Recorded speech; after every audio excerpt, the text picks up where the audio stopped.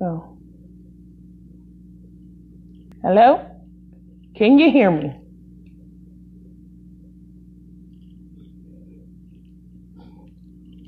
Did you boo boo? Hello? Hello? Is anybody here? Can anybody hear me?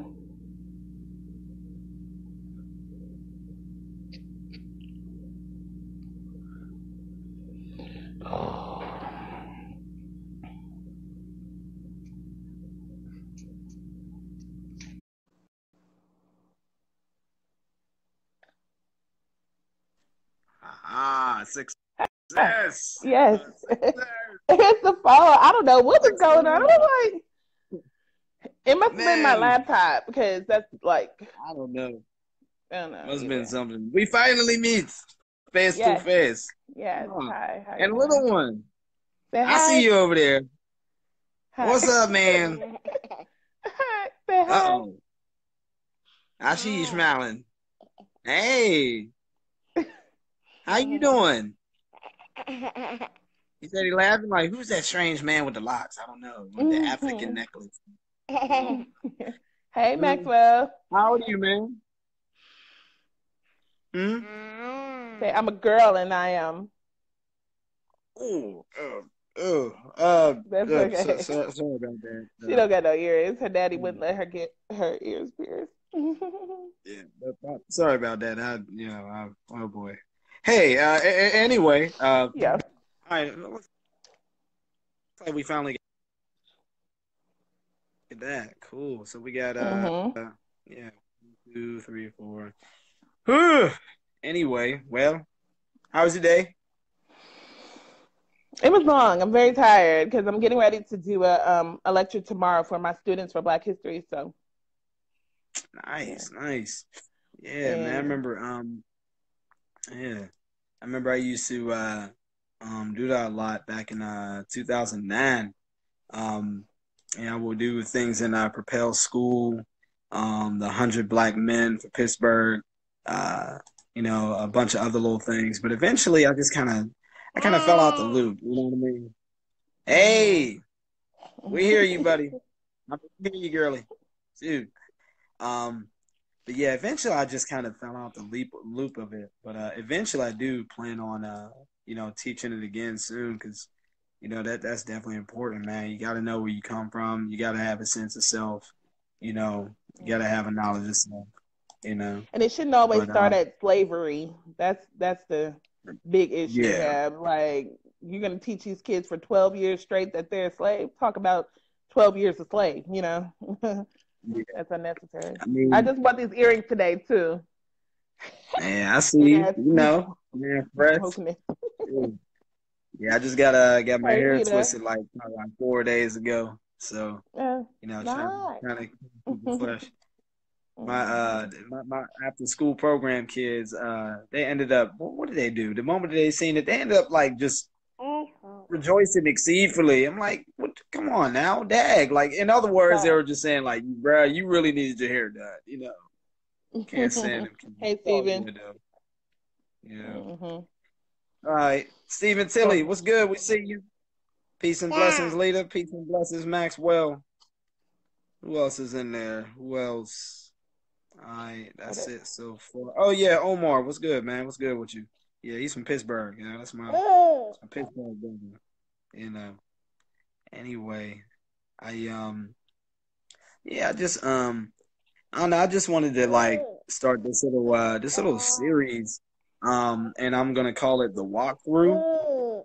And all it's gonna be is just just two different sides, just looking like at a passage of scripture, or not a passage, but like a whole chapter, and just walking through it and just seeing if there's like points of like where we're seeing like the same thing, And Hmm. so my whole thing is like I'm just gonna try to see if like if there's any points where like we look and see the same thing, and I think like whatever kind of uh enlightenment that we kind of get hopefully it'll be like that same experience for anybody that's watching. So Mm-hmm. yeah. So other than that, like, Absolutely. now when I read the Bible, um, I use the ESV. Is that okay? Um, I usually use that, but if not, I'll use the KJV. I mean, I don't mind that at all. But I usually use the ESV. I don't know if that's okay with you. Mhm. Yeah, it's fine. I use the scriptures in the King James version. So I opened up the Oh, okay. scriptures, um, the King James Yeah, that version from my computer. TS 2009. Yeah, Yeah. I think that's yeah, TS 2009. Yeah, I actually have Mm-hmm. that translation on my eSword. You know, Mm-hmm. for other interesting purposes. But yeah, you actually my notifications get them. Because if so, I'll turn them off real quick. Matter of fact, I'm gonna go and turn them off right now. Hey, Richard. Behold the hand. Okay. All right, so I had to turn my sound off. Oh, two. Stop it. Uh-oh. I'm sorry. Jeez, I girly. thought she was gonna. No, it's She was okay. going to sleep, and then she woke up. Uh, Hold on. Come on. all that energy, huh? Uh-oh. Give me a hug. Well, while Mama is putting her to bed, I guess we'll do a little commercial break. I did want to say a little announcement, and that is March 7th, Wednesday, March 7th. Gonna be doing a pretty much a I don't know, it's a series. I'm gonna be doing a series, 4-part series called Bible AD, and it's gonna be held in my church, but I'm gonna try to stream it live.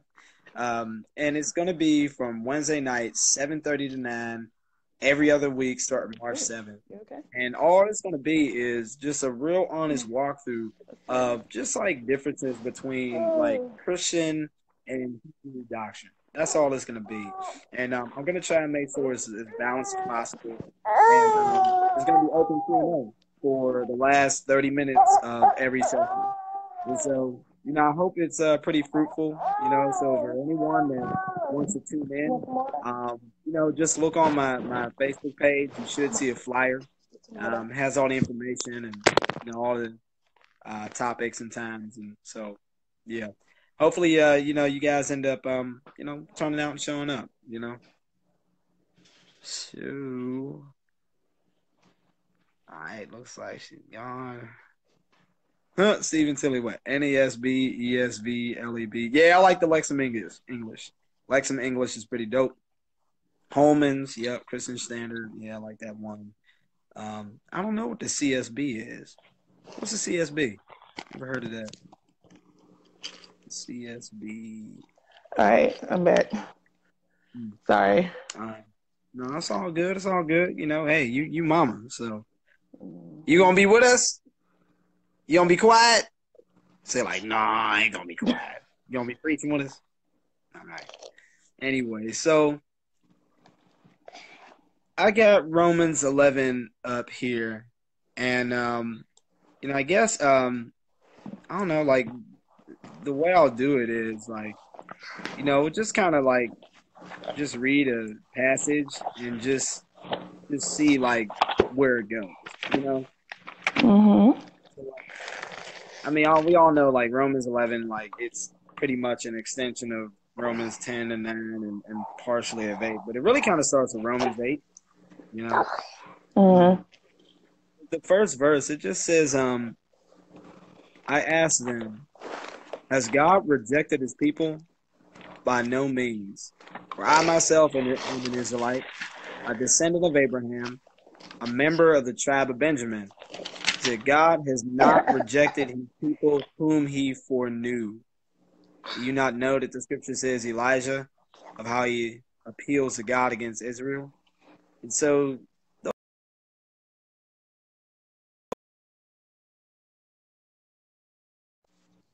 whom he foreknew.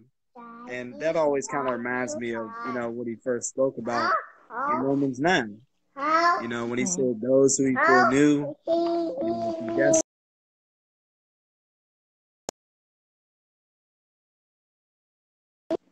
and so it always gives a context there, you know, for Romans 9 that yeah, it's his people that he foreknew, you know, which was Israel.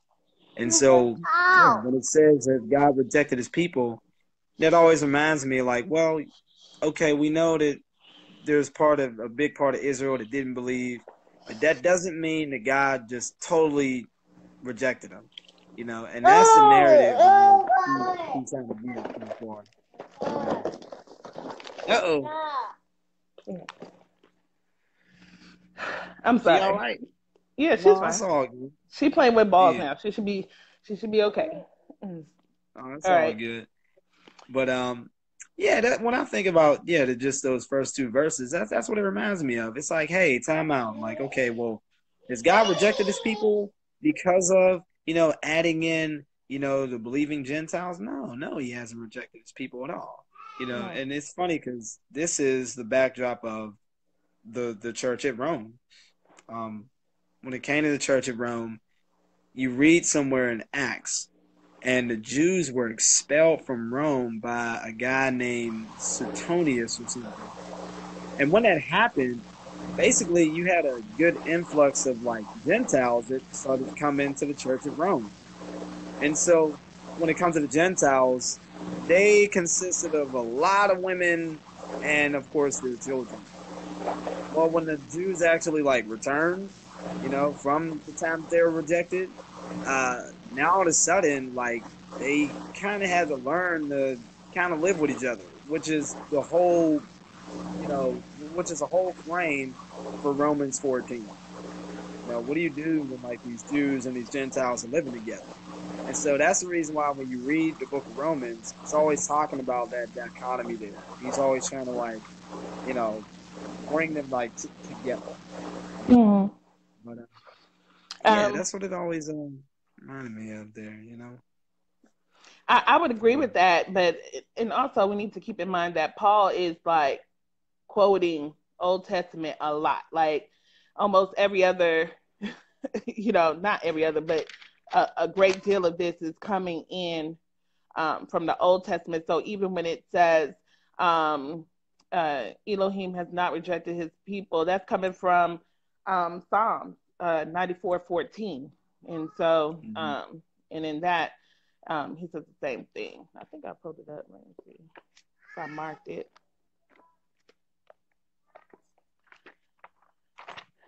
Yeah, definitely. Mm. Especially, you know what? Let me see something here real quick. Yep, there it is, right there. Yeah, You Psalm got it? 94:14. Yeah, it says, "For the Lord will not forsake his people; he will not abandon his heritage." So, Yeah. yeah, And his mine people. says, for Yahuwah does not leave his people, nor does he forsake his inheritance. So, Mm-hmm. um, yeah. So he's actually, going from there. So, Yep, um, yep, that's right. You know, he is not gonna go out and just forsake them. You know, yeah, and then you know, verse 2, you know, it just says, God has not rejected his people whom he foreknew. So you see that there? Now the context is even more clear because, like I mm, said, that goes back to yeah. Romans 9. Remember, he said, for those he foreknew, he also predestined and justified, glorified. You know, we all know that. You know, that was a big backdrop of, you know, Israel's past when, you know, they were doing righteous. You know, but I think when you look at, you know, the Israel's past that was doing righteous, you know, it was always a remnant, you know, unfortunately. Mm, But you know, that kind of gets a little later on. But yeah, he's like, look, hey, he foreknew these people. He's not for rejecting them. And mm-hmm. then he uses the scripture. He says, do you not know what the scripture says of Elijah? How he appeals to God against Israel? And it says in verse 3, Lord, they have killed your prophets, and they have demolished your altars, and I alone am left, and they seek my life. And after that, verse 4 says, but what does God reply to him? I have kept for myself 7,000 men who have not bowed the knee to Baal. And so when I look at that part right there, that always reminds me of the context of what he means by, not forsaking Israel, whom he foreknew. I might be wrong, but it seems like that's the Israel whom he foreknew. The Israel that said, I'm faithful to you, God. I'm not bound to need a Baal. I'm not serving these other gods. We're not going. And because of that, God is like, oh, okay. I'll reserve you. I'll protect you. You want to stay with me? Look, I'll make sure that you're cool. Elijah over there thought he was all by himself. And it's like, no, man, there's others that are like you. There's others that are like you. And, once again, that kind of just, that context kind of reminds me a bit of like, what I think he gets into later on about the remnant. But, I don't know. I could be wrong. But yeah, like, that's what I think about it, And he's coming from Kings Yeah. 19 with that. And that comes directly from that right there. So it's 1 Kings 19. 10 wow, and 14. yep, 10 through 18. Oh, okay, mine goes through 18. Wow, it talks about earthquakes, killed the prophets, and Lord said, go 14 return is your where way. it says exactly what it says there. Yes. He said, I have been very jealous for the Lord, the God of hosts, for the people of Israel have forsaken your covenant, thrown down your altars, and killed your prophets with the sword. And I, even I only, am left, and they seek my life to take it away. And the Lord said to him, go, return your way to the wilderness of Damascus. And when you arrive, you shall anoint Hazael to be king over Syria. Wow. I'll save that for later. Interesting. And Jehu the son of Hananiah, he anointed king over Israel. Man, this is, oh boy, this gets deep. And he put one escapes to the sword. And, okay, I think this is going into something else, but wow, that was I think I need to read the Kings a lot more. All right. So then from there, so it seems like so far it's talking about the Israel that he's saying that he's not forsaken. They had this characteristic of being faithful to him. It seems like that's what he's talking about. It sounds like he's talking about a specific Israel, kind of like in like Romans 9, not all Israel of Israel. But then again, hey, he might be talking about all Israel. I don't know. It could be one, could be the other. I could be wrong, yeah, that's what it seems like. Well, I think keeping with the text, I definitely, when I read it, I definitely thinking of all of Israel, only because those were his set apart people, regardless of whatever, and they were doing things before. Even when they came out of Egypt, there were still people who were partaking in idolatry and all types of things. So, he knows the end for those people. That's the point. He knows the end for those people. And we'll get to that as we move along. Yeah. Yeah, definitely. And it says here in verse 5, he says, so too at the present time there is a remnant chosen by grace. So he's saying that somehow these people that have been faithful in the past, he says that so too at this present time there's also a remnant that's chosen by not lineage or nothing like that, but basically by grace, which has a lot to do with obedience and things like that. Grace comes, God gives grace to those who follow him and obey him. But yeah, so this present time, it seems that this Israel, whatever it is a remnant. Now I don't know that seems to me like it's like only like a certain amount of Israel, and they're chosen by their obedience to God by grace. And then it says in verse 6, you better preach. I know that's right. Go ahead, Matt. I'll be right back. Go ahead. Okay, it's all good. You got the Holy Ghost over there. That's right. But yeah, before we go on, I just wanted to cap that a little bit more, because when you read just verses 1-6, basically you have, like I said, it says, has God rejected his people? Nope. And then Paul says, look, I'm an Israelite. I'm here. Verse 2 says, he has not rejected his people whom he foreknew. Now it's even more, specific. Talks about those people whom he foreknew and predestined and all those things. And, those people that he glorified. I don't think he would glorify the kind of Israel that, that he had to blind, Then after that, he uses an example. He says, hey, how about the time with Elijah? When Elijah thought that, he was the only one left. And God said, nope. I got 7,000 people who I've reserved because, hey, they haven't, gone and served other gods. So I've reserved them, Then after that, he says in verse 5, hey, just like the present time, I got a remnant chosen by what? Grace? No, grace. No, all right, I quit. So he says, hey, just at the present time, I got a remnant. Does it mean that God had a remnant in the past and now he has a remnant now? Or does it mean that, he had all of Israel that was great and at the present time he's got a remnant? Is going to be one of those. Let me see. I don't want to start at verse 6 without her. But it talks about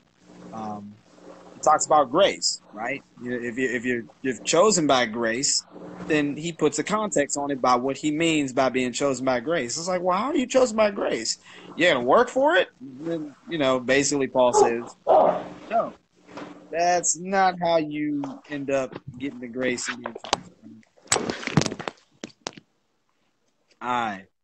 So I was just doing like a little recap, just all the way through verse 5 because I didn't want to, get ahead of you or anything, Oh, that's okay.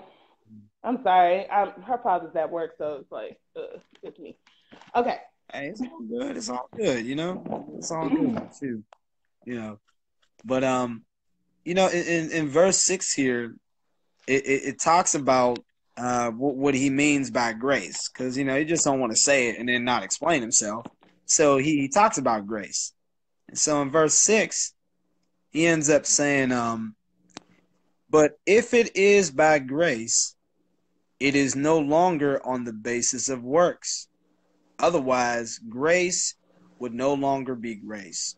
So whatever this grace is, it's not based on any kind of works, right? And, that goes into, good works or that goes into works of the law. I think that it could go for both, I do think it does mean a little bit more works of the law because when you do look at works, they do talk about how works is with faith and how faith is with grace, but when it comes to the works of the law, that's really not a picture that goes into that. So I think when he says here is, is it on the basis of works? It could be works of the law, could be works themselves, or it could be both. But either way, this grace is not by any works that you do. If you're going to be if grace is the reason that you're chosen, and you don't do any works to get that grace to be chosen, that means that the only other thing that you do is to believe. Uh, you got faith, you got to believe, and all of a sudden you get grace. The grace puts you in Christ, and therefore you're now one of the chosen. You know, but then again, like I could be wrong. I don't know. Maybe there's some other way of looking at it or something. But yeah, that's what it seems like when it says remnant chosen by grace. You definitely gotta believe. You definitely gotta be faithful to the Lord. You know. Um, Well, I think I know. culturally too, I mean, looking at it from a cultural view, people were looking at it as you're doing these works, so you must be of that, and this is why you're getting favor. But Mm, that is never how they got favor. They never got favor through the works of the law. It was always by faith. In Hebrews 11 lets us know mm, that. And so Romans 5, I think it's 5:2 tells us that grace is accessed by faith. Okay, yeah. so if grace is accessed by faith, and that's how our elders got into it. That's where it's always been, by faith. So, Mm. And you know what, too? Now that I think about it, it's kind of like this. Like, works is not part of grace, but works is part of faith. right. So you got faith, you add works to your faith, right? And that's how end up producing fruit of your faith is by working it. And so faith and works, that kind of faith, uh, I would say, like, it seems like when you say that kind of faith, that's what it means by you're saved by grace through faith. I could be Mm-hmm. wrong. Don't mark me on that, but I'm just Yeah. I'm just trying. I'm trying to, uh yeah, so in verse 7 it says, what then? Israel failed to obtain what it was seeking. The elect obtained it, but the rest were hardened. And so there it is again with that famous narrative about how you had the Israel over here that was hardened, right? We know all Mm-hmm. about that Israel. They Mm-hmm. blind their eyes Mm-hmm. and harden their hearts unless they believe and things like that.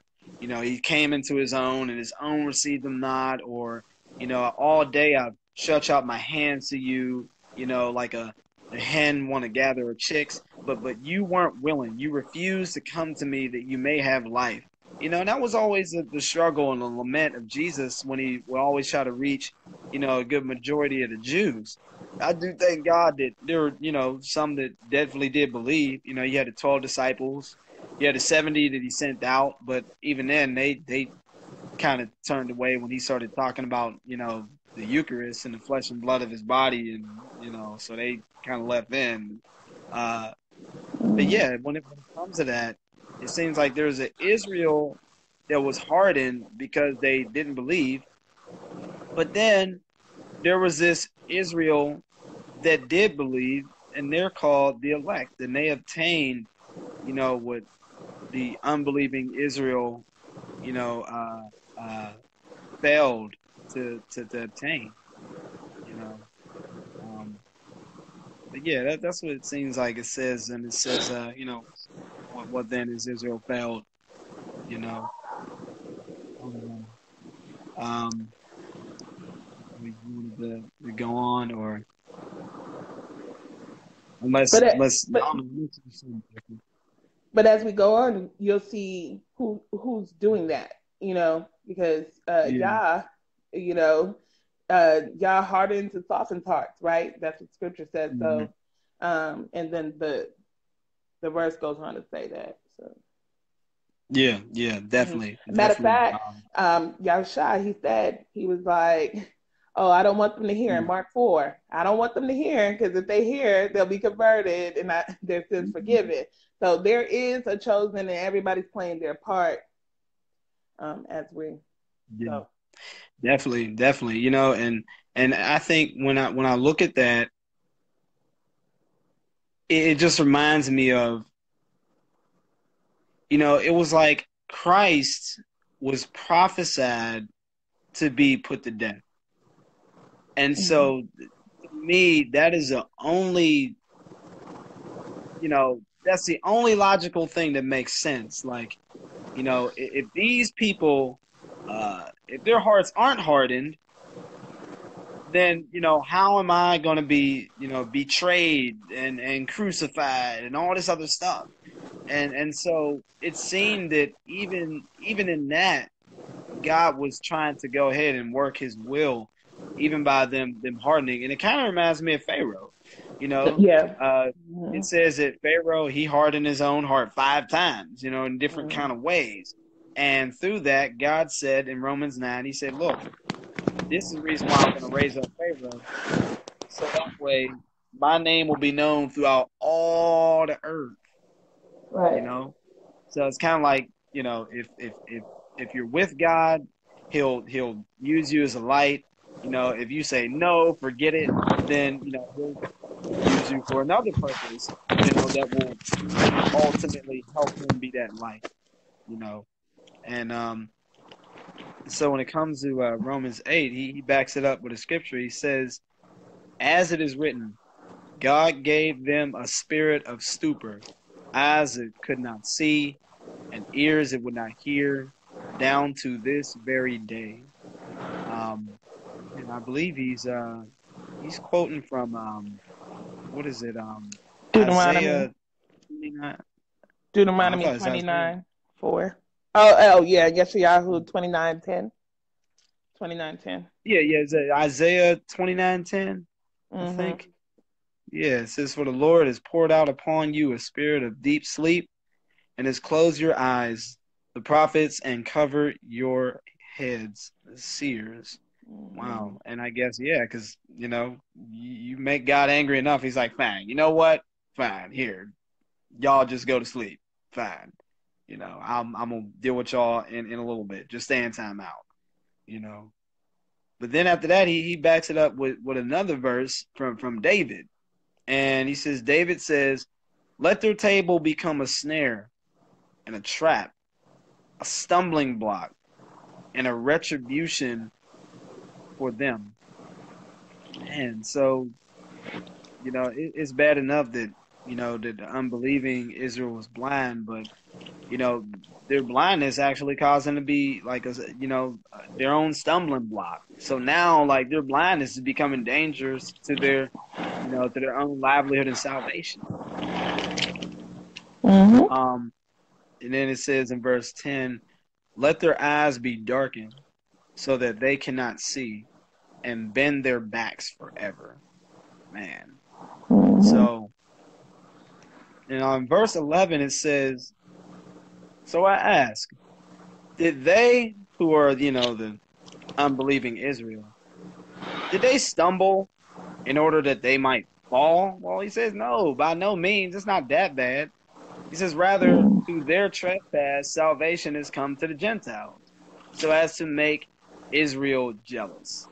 Now, when I kind of read this part, it kind of reminds me of like a few things that I was reading to a brother about last week or the week before in Acts. Because everyone's always kind of wondering, like, what in the world? How did the Gentiles kind of make the Israelites jealous? And I remember a few weeks ago, I read somewhere in Acts to this one guy.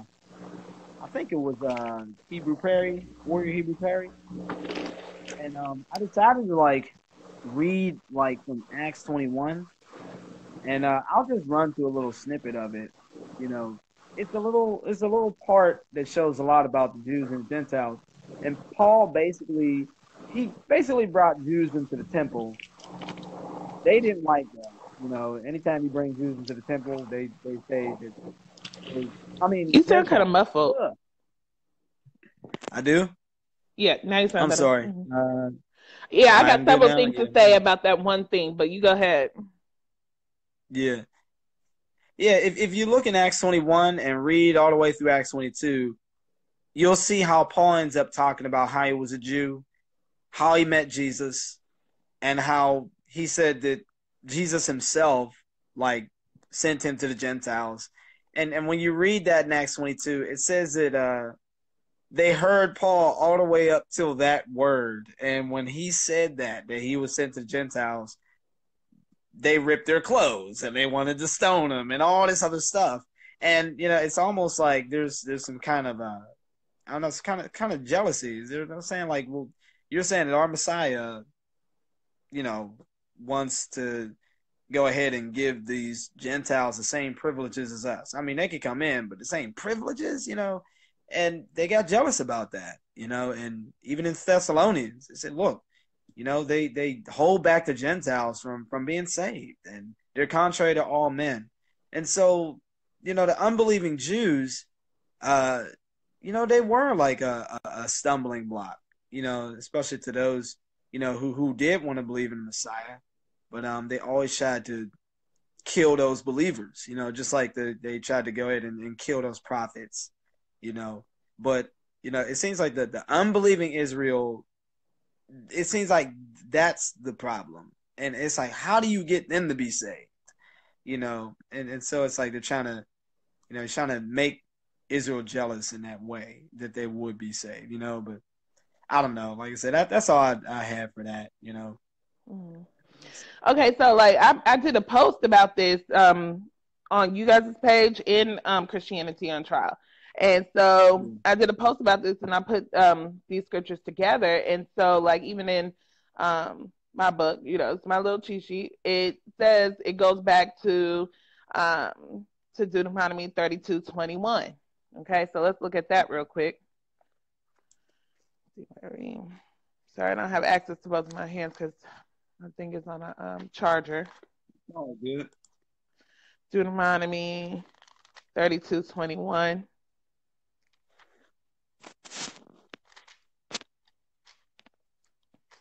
I want to say it was Stephen who actually gave me the other one.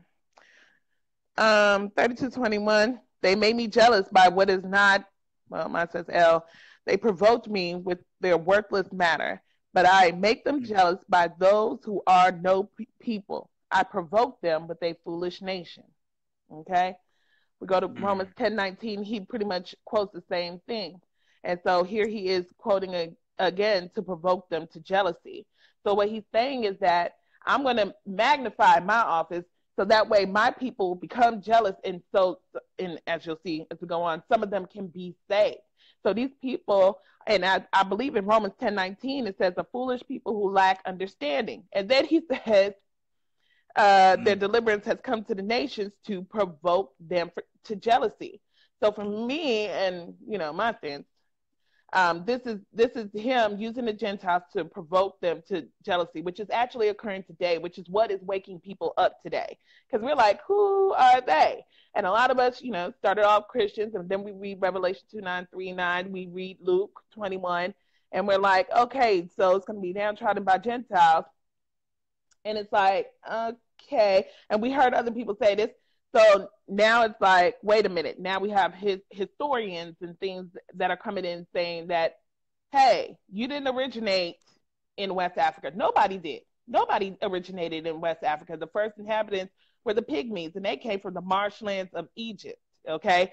Then the Bantu. Now, the Bantu, they just say appears, and I don't have enough history on that, but they say that they appear. Their expansion comes from the West, and they appeared there. Appeared from who? From Pygmies? Because they don't look like Pygmies, And actually, the Kenyan Bantu said that they came from the North. They came from Egypt. So, I mean, when he's talking about that, he's talking about the Gentiles being used to provoke God's people to jealousy, so that they may be saved. So there's a reason for that. And matter of fact, when Yahushua said, that the city would be downtrodden by Gentiles until the time of the Gentiles is fulfilled. So there is a plan to bring everybody in. I'm not one of those people who believe that, Gentiles are not included, but everybody's playing their role and everybody has a purpose. So when we talk about this nation who is foolish and who lacks understanding, these are the same people where we're getting our church history from, where we're getting the doctrines from, who are breaking off into different denominations from. And so that is what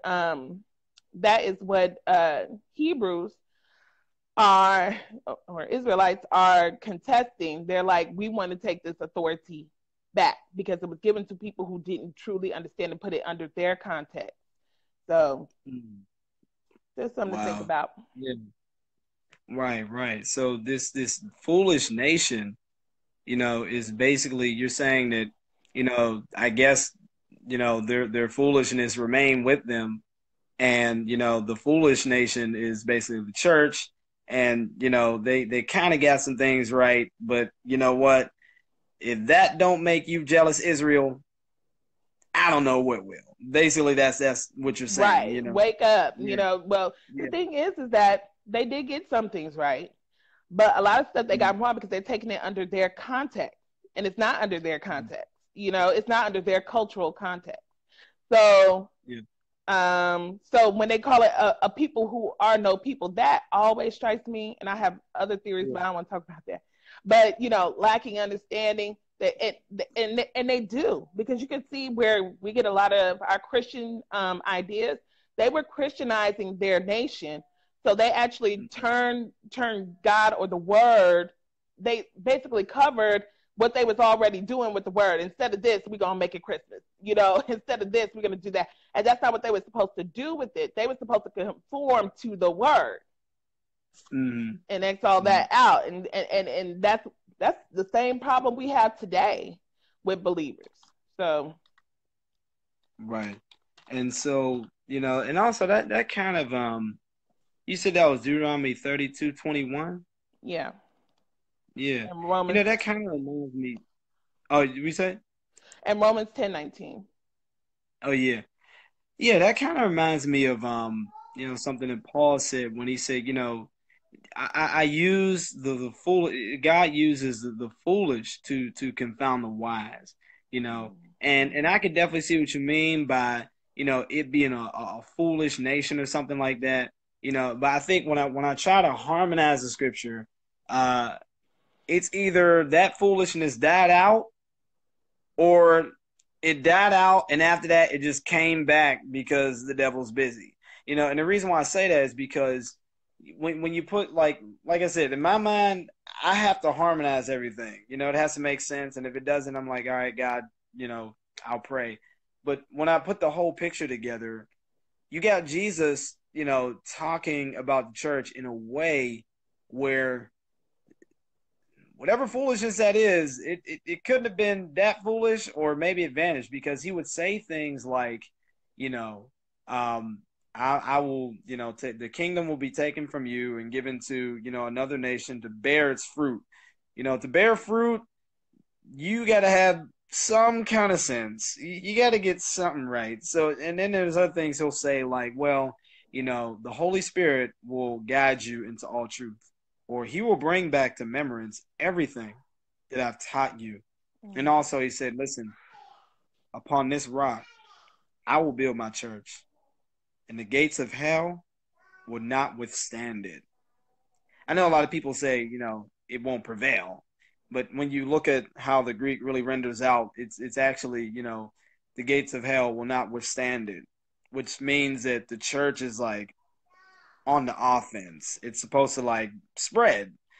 And it's funny because when you read about Jesus and his teachings, he said somewhere about how truth is. He said how truth, you know, he said at first it's like something that starts small in a lump. And then after that, it just goes throughout the whole dough. So it starts small and all of a sudden it just spreads. And yeah, I mean, hey, I mean, we all look at church history, and no matter how uh, martyred and killed the Christians were, they just spread. Um, but yeah, so I Mm-hmm. guess when it comes to that that foolishness, I don't know. It's either temporary, or it died and after that it came back. Um, when you just kind of put everything together. But Um, yeah, either I wouldn't one. say that it died. I mean, because it kept on even amongst Israel.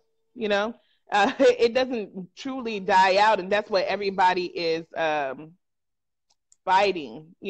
We're fighting to get back to the truth. We're fighting. Wait, that's not even in the Bible. A lot of things that you hear in church not even in the Bible. So it's like, what are we doing here? And so that is still the fight. And I think it's like my baby is calling my first name. It's like living through a parable, versus just somebody sitting you down talking to one. It's like having to do the work to find out the truth of the matter. So right, yeah, definitely, yeah. But I'm not saying that they didn't bear any fruit. No, of course not that. But that was even prophesied through his death. And his death, he was given up by the Hebrews, and he was given on to Rome. Pontius Pilate. So, and that's exactly what happened. And when we look at where the Holy Roman Empire was, and where the people who are there now came from, seems to be the same place. Yeah. You're right. saying. Yeah. It's ironic. Yeah, it reminds me of I remember I seen this in Ezekiel, and Ezekiel chapter 3. And Ezekiel here, that was written like I think either a little before or during the Babylonian exile. I can't remember, but Ezekiel chapter 3 verse 4, he says, and he said to me, "Son of man, go to the house of Israel and speak with my words to them. For you are not sent to a people of foreign speech and a hard language, but to the house of Israel, not to many peoples of foreign speech and a hard language, whose words you cannot understand. Surely, if I sent you to such, they would listen to you. But the house of Israel will not be willing to listen to you, for they are not willing to listen to me, because all the house of Israel has a hard forehead, has a hard forehead and a stubborn heart." And so, yeah, I mean, even here, it just kind of reminds me of like, hey, fam, it's sad. People over there who are not my people, they'll listen, but the hardened Israel, who is hardened their heart, they're not going to listen to me, And then, yeah, that does kind of remind me of like, hey, you know what? Those people over there, they're gonna listen. Those people, they aren't. But according to Romans 11, has he just totally discarded those hard-headed Israelites? Nope. Still got a plan for him. But Romans 11, it back to that. It says he says in I think it's verse 12. Yeah, okay, now if their trespass be the riches of the world, and if their failure means riches for the Gentiles, how much? No. It's, yeah, stumble in order that might fall, by no means, rather through their trespass, salvation has come to the Gentiles. Now, I've always said something about this right here. If the if the Jews never stumbled, the Gentiles still would be blessed. People often think that Israel had to fall in order for the Gentiles to come in. And no, I mean, if you really think about it, God wanted the Jews to be a light to the nations, wanted them to be a nation of priests. And of course, that doesn't mean that they're just sacrificing for themselves. No, I mean, if they actually continue to be a holy nation and like they never sin, perhaps they will actually make remission for the sins of all those nations that will try to take over. But what did the fall do? What did the fall do? What did the fall do? Well, I think the fall it pretty much kind of like accelerated the whole go everywhere kind of thing.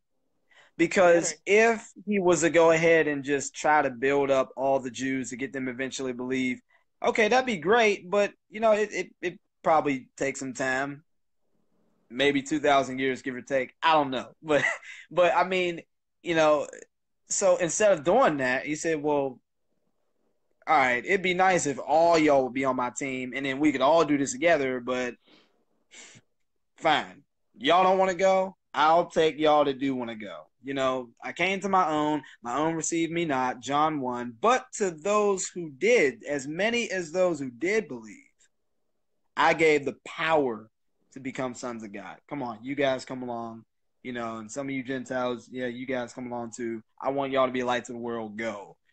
Harden Israel, don't worry. I'm God. I'll deal with them. I'll find a way. And I'm gonna use you guys to do it. You guys are part of it. And that's just what it just kind of seems like so far. You know what I mean? Either way, But The verse scattering 13 the scattering took it everywhere, and including, because Israel was scattered before Yahushua came, and it took it all the way even to America. And I think Isaiah was saying, when I was talking about Zephaniah 3, when I said beyond the rivers of Cush, he was like, well, it's everything. And I was like, yeah, but you can't skip West Africa before you go further west. And we know that there were Hebrews already in the Americas when Christopher Columbus came here. So he actually had to bring Hebrews with him to translate. So, yeah. So that scattering happened before he came and happened after, and it did accelerate the process. I do agree with that, everywhere. Yeah, and even in the context of accelerating the process, I think there's other parts in history that pretty much show that. When you look at the early church, for example, I remember I was reading about Ignatius. Ignatius basically was, in the gladiator place, and the pagans were looking at him, including the emperor. And I never forget that there was something that he said, and it moved me to tears, and it's in his writings. And he had said, like, I'm ready for my body and my bones to be crushed by the lions so that my body will become like a precious bread offering unto God. And when he said that, they said that many of the pagans actually started to believe, because they're like, if this guy is willing to die for this Jesus, then all of a sudden the pagans are like, well, who is this Jesus? And why is he so willing to die for him? And so, yeah, I think that the gospel definitely did spread. I think that Christopher Columbus, that could be an example. He had Hebrews to lead him to America. Yeah, and I'm sure that, light went there. Yeah, but I definitely know that, there's other places in history that really show, like, like, hey, this person did this, and it caused the whole effect to just be even spread more. Like, dang, this dude was willing to freaking die. And the pagans kind of lifted the eyebrow, and they're like, what's up with this Jesus? But, yeah, like, so when it comes to verse 12, it says, now if their trespass means the riches for the world, and if their failure means riches for the Gentiles, how much more will their full inclusion mean?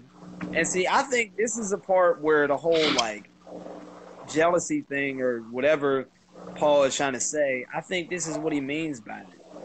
If Gentiles are really going to come on in and get all these beautiful benefits that, Israel had all this time, then, and think about it. They had a great kingdom. God delivered them from all these places.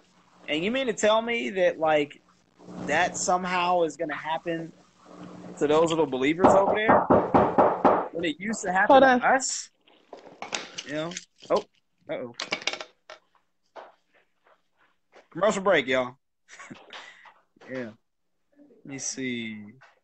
I do believe the 1st and 2nd century Rome played a big part in prophetic foreshadowing. Sonya Crutchfield. Yep, definitely. I just got on. Cool. You throw it down in the David.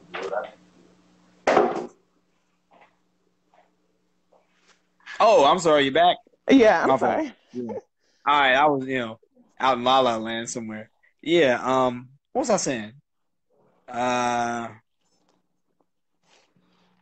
Oh yeah, right. Yeah, I was saying that about the full inclusion of the Gentiles.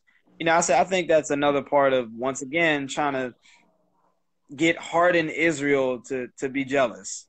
You know, perhaps they're seeing maybe a lot of blessings that would go on in the church during that time, and maybe it will cause them to raise an eyebrow and be like, hey, you know, maybe we are missing something out here. Now is that happening today? Probably not. I don't think when Israel looks at the church today, I don't think they're that jealous. And so I guess kind of working on that. You know, but yeah, I think that for that time, I could see what Paul means by that. In verse 12. Um, but yeah, I mean, I'll read verse 13 if you want me to. Mm-hmm. Let's see.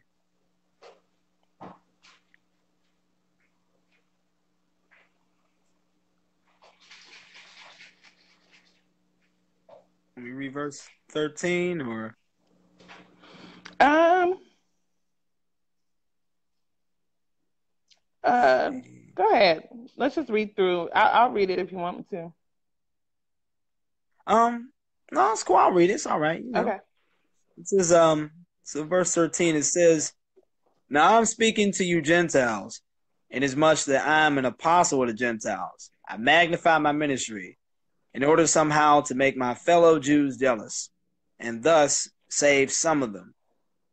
For if their rejection means the reconciliation of the world, what will their acceptance mean but life from the dead, i.e., resurrection, right? Mm-hmm. If the dough is offered as first fruits, if the dough offered as first fruits is holy, so is a whole lump. And if the root is holy, then so are the branches. And to me, this either reminds me of Jesus, Abraham, Isaac, and Jacob, or the Father. When it says like because of the root is holy, everything else is holy. That the only person that could fit that place is a holy God or holy individuals. It's got to be one of them. It's got to be Jesus, the root, right? Root of Jesse, root. Could be Abraham, Isaac, and Jacob, even though they don't say that. But hey, you could throw them in there too, or it could just be God himself. But Jesus said, I'm the vine, you're the branches. We know those things. And so, yeah, that's the reason why the branches are holy. Mm-hmm. It's because of Jesus, right? It's because of, so yeah. So then in the next verse, it says, but if some of the branches were broken off, i.e. the, unbelieving Israel, and you, although you're a wild olive shoot, which is the Gentiles, you were grafted in among the others, and the others are, just a few Israel that did believe back then, and now share in the nourishing root of the olive tree. Once again, the root of the olive tree again is either Jesus, I'm the vine, the Father, or it's Abraham, Isaac, and Jacob, because we're all seed of Abraham by faith and all that. It's got to be one of them, right? Mm-hmm. So you share in Christ. We're all in Christ. It always talks about being in Christ anyway. And then finally it says, do not be arrogant toward the branches, right? And that could be, the believing Israel, or it could be the unbelieving Israel. But either way, it's Israel, right? It says, do not be arrogant toward the branches. If you are, remember, it is not you who support the root, right? You ain't Jesus. But the root supports you. Then you will say, well, the branches were broken off that I might be grafted in. Well, yeah, this is true. They were broken off because of their, lack of lineage? No, because of their unbelief. Because of their unfaithfulness. But you stand fast through what? Your works? Nope, your faith. So do not become proud, but fear. For if God did not spare the natural branches, right, for their unbelief, then he's not going to spare you either. Unbelief, right? It's always been about belief. And he said, note then the kindness and the severity of God, severity toward those who have fallen, but God's kindness toward you, provided you continue in his kindness, right? So I'm giving you a chance here because, I want you to, I want you to flourish. You know what I mean? To the point where they'll come on back and want to flourish again. Otherwise, you too will be cut off. And even they, if they do not continue in their unbelief, which is the unbelieving Jews, right? The Torah only, and will be grafted back in, or be grafted in, for God has the power to graft them in again, right? That's the whole point of making them jealous. Wants to graft them back in, wants everyone to come home, right? Wants them to come on back. And then he says, and that is also some of the work on the cross that never gets taught to you in church. Part of that, the work on the cross was, and this is why he said, I came unto the lost sheep of Israel, is that he was actually becoming, in a sense, a new groom through his death. And Israel was available to marry him again through Yahusha. Now, some people don't agree with that, and that's fine. But how is Israel getting reconciled with Yah if you do not, if it was never made right? Keeping in mind the divorce law, 24:1-4, when it was so crazy when they give that law, and that's what the thing about the law is, that they get the law and it says, in Deuteronomy 24:1-4, that if a wife gets divorced by her husband and she goes and marries another, and then he decides to divorce her, she can't come back. Why? Because it defiles the land.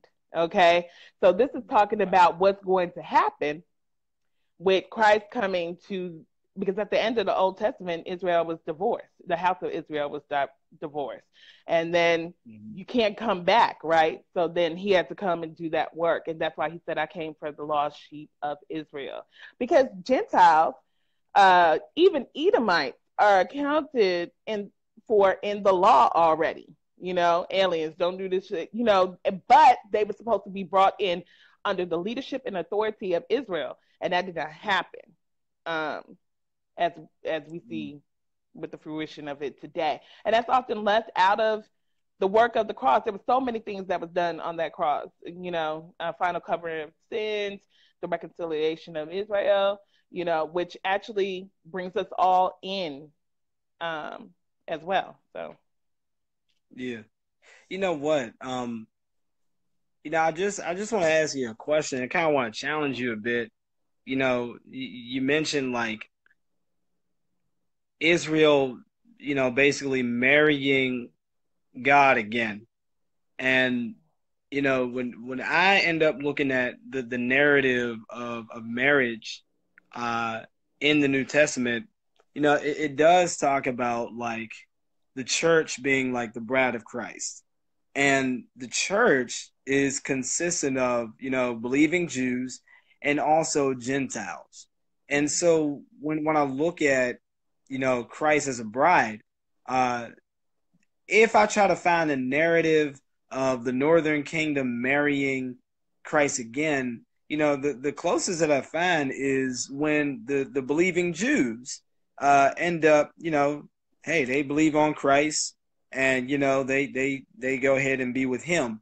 They kind of remind me of like, a lot of things that Jesus said. He said, listen, if you were to listen to Moses, you would listen to me too. And he'll say things like, well, all the Father gives me will come to me. And it always reminded me of those Jews who just, hey, they just believed. They were faithful.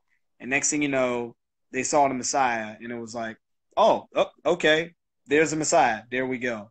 And they always reminded me of like that little faithful remnant that was always, like just faithful to the Lord, But I Well, wanted to the church is the body of Christ. Yeah. Yeah. But Yeah. that So doesn't. So there's only one group of people who has ever really.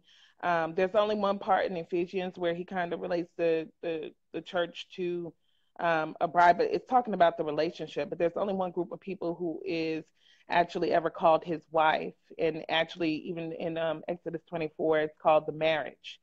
Um, and then they get a divorce, you know. But it's kind of like if you think of sitting on two sides of the aisle, Christ and his bride. Um, and this is just me. The bride is who it was and always been, and that's Israel. And then the church, the believing Gentiles, are the body of Christ. We marry and we become one, and so that's the whole ideal of marriage. Huh? yeah, yeah. I mean, yeah, Yeah. the idea of the Jews and Gentiles, and they're one in the marriage. And yeah, I mean, even when it comes to the old covenant of Exodus, you know, I mean, like I said, for when I look at every time the new covenant, talks about marriage, like I said, there's so many examples. I think one of the famous ones is Romans 7, where it says, "Hey, you know what? You guys, to put it bluntly, it's like you guys used to be married to the law, and the only way that you could not be an adulteress is if your husband died. Well, I got news. The law was your husband, and the law died. But you got Jesus, and you are free to marry another now, and you have to marry Jesus, and you are under him now." And I Well, see, think that's because of that the would new be the Christian covenant. way of looking at it, but they were never married to the law. That was the agreement of the contract, the agreement. Covenant is an agreement. So those were the stipulations of the agreement to be married to Yah. They were married to Him, not the law. Those were just the agreements of the marriage contract. I mean, it's funny you say Yeah. that because that kind of reminds me of what you said earlier. How you said that they were the Jews are married, but then you said that the northern kingdom divorced, and that was under the old covenant. And it's funny because you're right. When it comes to the old covenant, the only people that were married to God were the Jews. Mm. I guess technically maybe you could say some Gentiles, but then again they had to convert and become a Jew. So it's like, hey, Mm-hmm. Yeah. but yeah, Mm-hmm. in the new covenant, uh, it's a little different. It's a little different. You got Jesus, and he says, "My bride is those who believe. You take my hand, you're my bride." And in the new covenant, it seems like that's why the church, according to Acts 26 and 28 and all that, says, yeah, that God had purchased the church with his own blood. And of course, we all know about Jewish marriages, and that correlates with that perfectly. If a guy wanted to marry a Jewish girl, he'd present that big, heavy dowry and say, hey, my name is Matthew Sully, and this is how much money that I make, and I can take care of your daughter. I like to have your daughter's hand in marriage. This is what I do for a job. And then next thing you know, he says, yep, all right, this is, I think this will do. So, yeah, we'll talk, And then how did Jesus pay for us? With his life, Mm-hmm. you know? But anyway, let me see. I guess we're almost at the end here. It says, verse But 24. here's the thing. Um, Oh, we say that, okay, in the old covenant, yeah, they had to become a Jew, but in the new covenant, now after Yahusha ascended, they were still keeping Passover. They were still keeping Pentecost, clearly, because that's when the Holy Spirit came down. They were still keeping the Shabbat, and a lot of Christians want to bring up Acts 15 to say, oh, see, we don't have to do all that, but that's not what James said. James said we're not going to give them a whole list of 613 laws because our forefathers couldn't even keep it. Let's just give them these 4, 5 things to do. And then he said, and see, this is where the Christians stop reading. Then he said, because God will bring back the memory of things from the beginning, and Moshe is what? Is preach every Shabbat. So they were still keeping the Sabbath.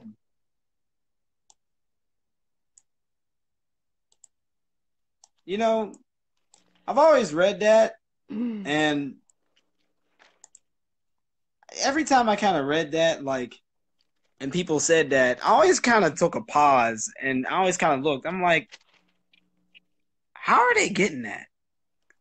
How are they getting You know, what? I don't know. It's like if they just kind of read Acts 15, that little part a little slower, I think it would jump out at them more. You know, but yeah, it's like people kind of just read that and they don't really kind of like actually read it. You know, I mean, here, I'll show you. Like, Okay. I mean, we all know the scenario. Here are the Jews, here are the Gentiles coming in to be their religious neighbors, if you will. So what do we do with them? Because these Jews over here, they don't even. I mean, it's bad enough they're not going to be around unclean food, but they're not going to be around unclean people either. Lepers, whatever, like Gentile, whatever. Not, you know, that was the issue. What do we do with these Gentiles to try to make sure that they get along with the Jews? And so when you read it right here, it says this in verse, I think, what, 19. How about verse 19? It says, therefore, see, I could preach on that right there. That therefore, we would have to figure out what's going on there, but I'm not. I'll just skip all that. Therefore, my judgment is that we should not trouble those Gentiles who turn to God, but should write to them to abstain from things polluted to idols, sexual immorality, and from what has been strangled, and from blood. Right? I mean, of course, at any moment he could have just said, "Hey, keep the dietary law," but he said, "No, just abstain from foods that belong to idols." You know, just all right. And then after that, he brings a reason why, and it's in verse 21, and he says, "For from ancient generations, Moses has had in every city those who proclaim him." Now, who are those who proclaim him in every city from ancient generations? The Jews. And he says, "For he is read every Sabbath in the synagogues." So basically, he's saying the people over there, that's how they live. They've had Moses preach to them from the beginning in all their cities and everywhere that they go. They preach Moses in every Sabbath in the synagogues, and that is the reason why you guys need to, you know, just not do these things. Okay? Well, if Because of those Moshe is people. being preached, what is being preached? Because they're still keeping the Sabbath, so it's like he's gonna be preached every Shabbat. So we don't have to worry about giving them these 613 this list. You know, he's preached, right? Well, So that's the thing. Like, oh, go ahead. I'm sorry. and so if we go up, it says, so that the remnant of mankind shall seek Yahuwah, even in the nations on him. Wait. I have to go back to verse 13. And after they were silent, and Yaquab answered, saying, "Men, brothers, listen to me. Um, Shimeon has declared how Elohim first visited the nations to take them out of people for his name. And the words of the prophets agree with this, and it has been written, after this I shall return and rebuild the booth of David, which has fallen down, and I shall rebuild its ruins, and I shall set it up, so that the remnant of mankind shall seek Yahuwah, even all the nations on whom my name has been called, says Yahuwah, who is doing this, who has made this known from of old." Mm-hmm. Right? So he's Yep. made it known from the beginning, right? Okay, so therefore I judge that we should not trouble those from among the nations who are turning to Elohim, but that we write to them to abstain, just what you read, um, uh, defilements of idols, and from whoring, and from what is strangled, and from blood. For from ancient generations Moshe has in every city those proclaiming him, being read, that's present tense, being read in the congregations every Sabbath. So they were going to get it anyway. That's what he's saying. They're going to get it anyway. They'll get it as they're learning. We still got the Sabbath where Moses is being preached. Keep in mind, the New Testament is not done yet. So the Torah is being preached, okay, and the Tanakh, that's it. And Jesus, he proclaims that the whole Tanakh is the law, and we get that from when he said, "Does not your law say that ye are gods?" So I'm looking at Deuteronomy and Leviticus. I'm like, where is that at? It's in Psalm. Yeah, Psalm 82 so, or 83. Yeah. That's Mm-hmm. So I mean, so they're saying you're gonna get it. I being a teacher, and I majored in leadership. I always put that out there, but I'm very proud of that accomplishment. But we had a class, and when we had to go into coaching, they said you can't give people a long list of things to do. People, psychology-wise, can only do 2 or 3 things at a time. So that would be the purpose of them saying that they're going to get it every week. That's fine. Let's just give them these 4, and then they'll get the rest. So, I mean, that's how I'm looking at that verse. Yeah. And you know what? At the same time, I could definitely see like what you mean by that. When it says like, hey, you know what? They're gonna get the lesson because they got all these cities where the Jews preach Moses every Sabbath in the synagogues. They're gonna get the lesson anyway. Well, the only other. Everybody was. Oh, what you say? Everybody was. They didn't have a New Testament, and I think we forget that they're writing they are the New Testament right now. It's being written as they're living it out. They didn't have anything to teach from but the Tanakh. So Yeah, everybody, I'm definitely, all believers, wherever they were learning from the Tanakh. Yeah, I'm definitely aware of that. That's about the probably second or third time you said it. I definitely do know that. I was going to touch on that too. But, I was just trying to say that, the reason why I see a little inconsistency in reading it that way is because of a few things. One, this whole thing is kind of like repeated to the churches again in Acts 21. And it's funny because, it's actually contrasted with, a lot of things that, that Paul did. Now, basically show you. So for example, when you go in Acts 21, like I said, this is repeated twice. This is something that the church is not to do.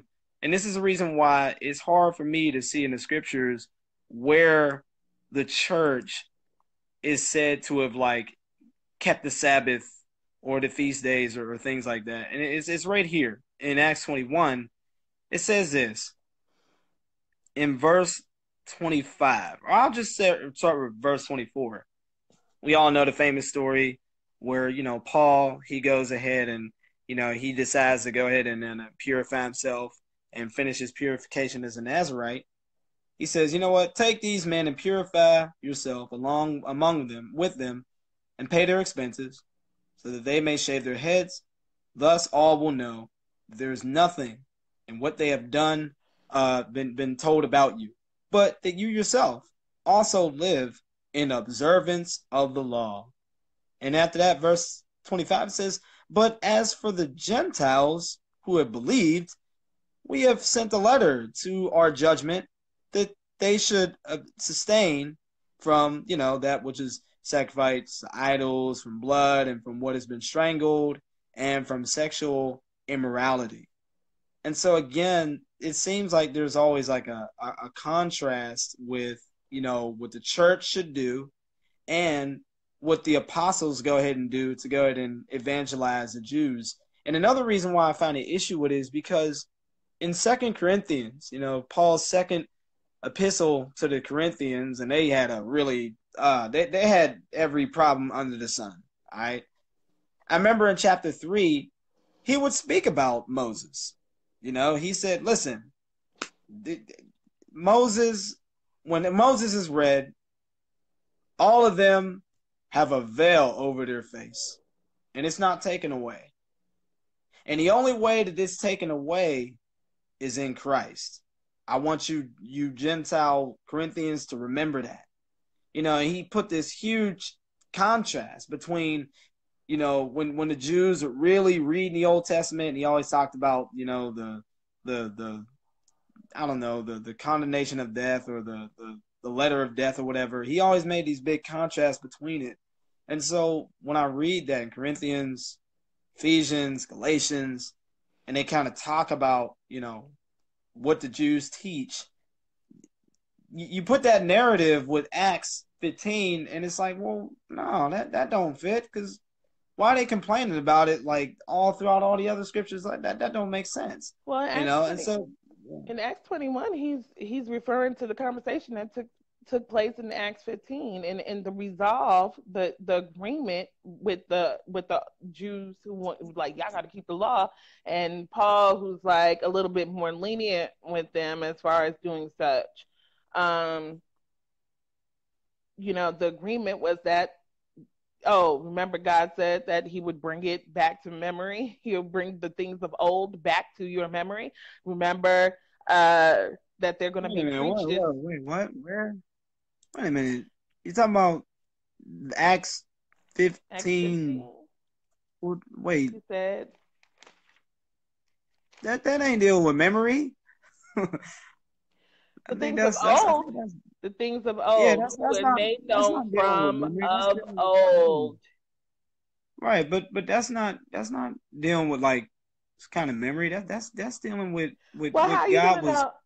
How is he going to bring back the things of old? We already know that it already happened in Acts 2:1. The Holy Spirit. What? I'll show you. Things of old. This is what it means, because obviously it's talking about. I'll just once again just start from verse 13 like you did, right? Mm-hmm. He's talking about all the stuff that, they done with the Gentiles. And then James, he speaks. He says, brothers, listen to me. Simeon has related how God first visited the Gentiles. Mm-hmm. Take from them a people for his name. Mm-hmm. And with this, the words of the prophets agree, just as it is written. And he says, listen, after this, I will return and I will rebuild the tent of David that is fallen. Who was fallen at the cross? It was Jesus. He was the one that said, you know what? Destroy this temple and I will rebuild it in 3 days. And they're like, what are you talking about? That's impossible. But they didn't know he's talking about his body. Mm-hmm. Right? He will rebuild the temple that is fallen. And he said, I will rebuild its ruins and I'll restore it. What? That the Amos 9:7, that the remnant of mankind may seek the Lord. The Hebrew says Edom. The Septuagint says Adam. Adam, man, mankind. It's kind of Greek Hebrew play on words there with Luke. And he says, and that all the Gentiles who are called by my name, says the Lord, who make these things known from of old. What are these things that are known from of old? They definitely have to be the tabernacle of David that was going to be rebuilt someday, that was foretold by the prophets, so that way that the remnant of mankind will come running not back to Jerusalem, but to Jesus. I mean, what is when Paul's talking about the Gentiles in Romans 9:27, he says, look, the remnant, he said, and a remnant shall be saved. But when he's quoting from the Old Testament, he quotes, I believe it's Isaiah, I think chapter 9 and 10. It says, a remnant shall return to the mighty God. Not back to some land, but to God himself. That's why he looked at it, he just said, oh, well, I guess that means they're going to be saved. And these are the things, he said, who makes these things known from of old. And he said, therefore, my judgment is that we should not trouble those Gentiles who turn to God. A remnant shall return. A remnant shall return to the mighty God. A remnant shall be saved. He took that and he applied it to the Gentiles. And it's funny because it almost kind of comes off of James' lips almost, But, when you look at that, it just kind of makes sense, But okay, so you're thinking that he's talking about an actual tabernacle of David. No, I'm talking about Jesus. He's talking about Jesus. Okay, so when was Jesus When was Jesus? When was the beginning of Jesus? John 1. More like, when was Jesus resurrected? No. When, okay. So Jesus is a thing of old, right? What was his beginning? Wait a minute. He said, who makes these things known from of old. Those are events. I mean, all those things had to do with Jesus. So the So things that how are known from of old. the things that are known of, oh, they're talking, he's talking Yeah. about what he put in place in the beginning, right? No, I mean, things from the beginning, I guess. Events from of old, that were prophesied to come to pass. Right. Um, Prophesied, that includes the Tanakh and the law. That includes everything. This is how we know what is right and what's wrong. Like how Christians say, we following the law because we have it written on our hearts. Well, how do you know not to kill? Because it's being recalled to you. Your spirit is speaking to you. That is what's happening. The Holy Spirit, the Ruach, already came in Acts 2:1. So that is how he was able to quell the other side who was like, no, they need this law. James is saying, hey, they're going to get the law, in their teaching. That's what they were arguing about. So in context, that's what he's talking about. That's what, I mean, I don't know. That's where I'm at. But let's marinate on, let's put a pin on that and keep moving because yeah, it's getting let's. kind of All late. right, yeah, we can. Yeah. You're right. You're right. Yeah, let's. Um, yeah. So, Let's I go don't know. back to Romans. We You haven't want been to? we haven't Yeah, been in they really Romans. go back to Romans. Yeah, Romans 11. There was. What am I trying to see? Yeah, I guess we'll kind of, I don't know, wrap it up at, I don't know, verse 30 or something. I don't know, but the rest of Romans, it says verse 21, no, verse 23. There it is, verse 23. We said it said, and even they, if they do not continue in their unbelief, will be grafted in, for God has the power to graft them in again. For if you were Oh cut yeah. from what is by nature a wild olive tree and grafted contrary to nature into a cultivated olive tree, how much more will these, the natural branches, be grafted back into their own olive tree? Right? I think that's pretty self-explanatory. We don't have to hatch that down. It says, lest you be wise in your own sight, I wanted you to understand this mystery, brothers. Now, this is a mystery, right? And maybe this is the extra thing. Maybe this mystery is, once again, something that's used to make Israel jealous, right? A partial hardening has come upon Israel until the fullness of the Gentiles has come in.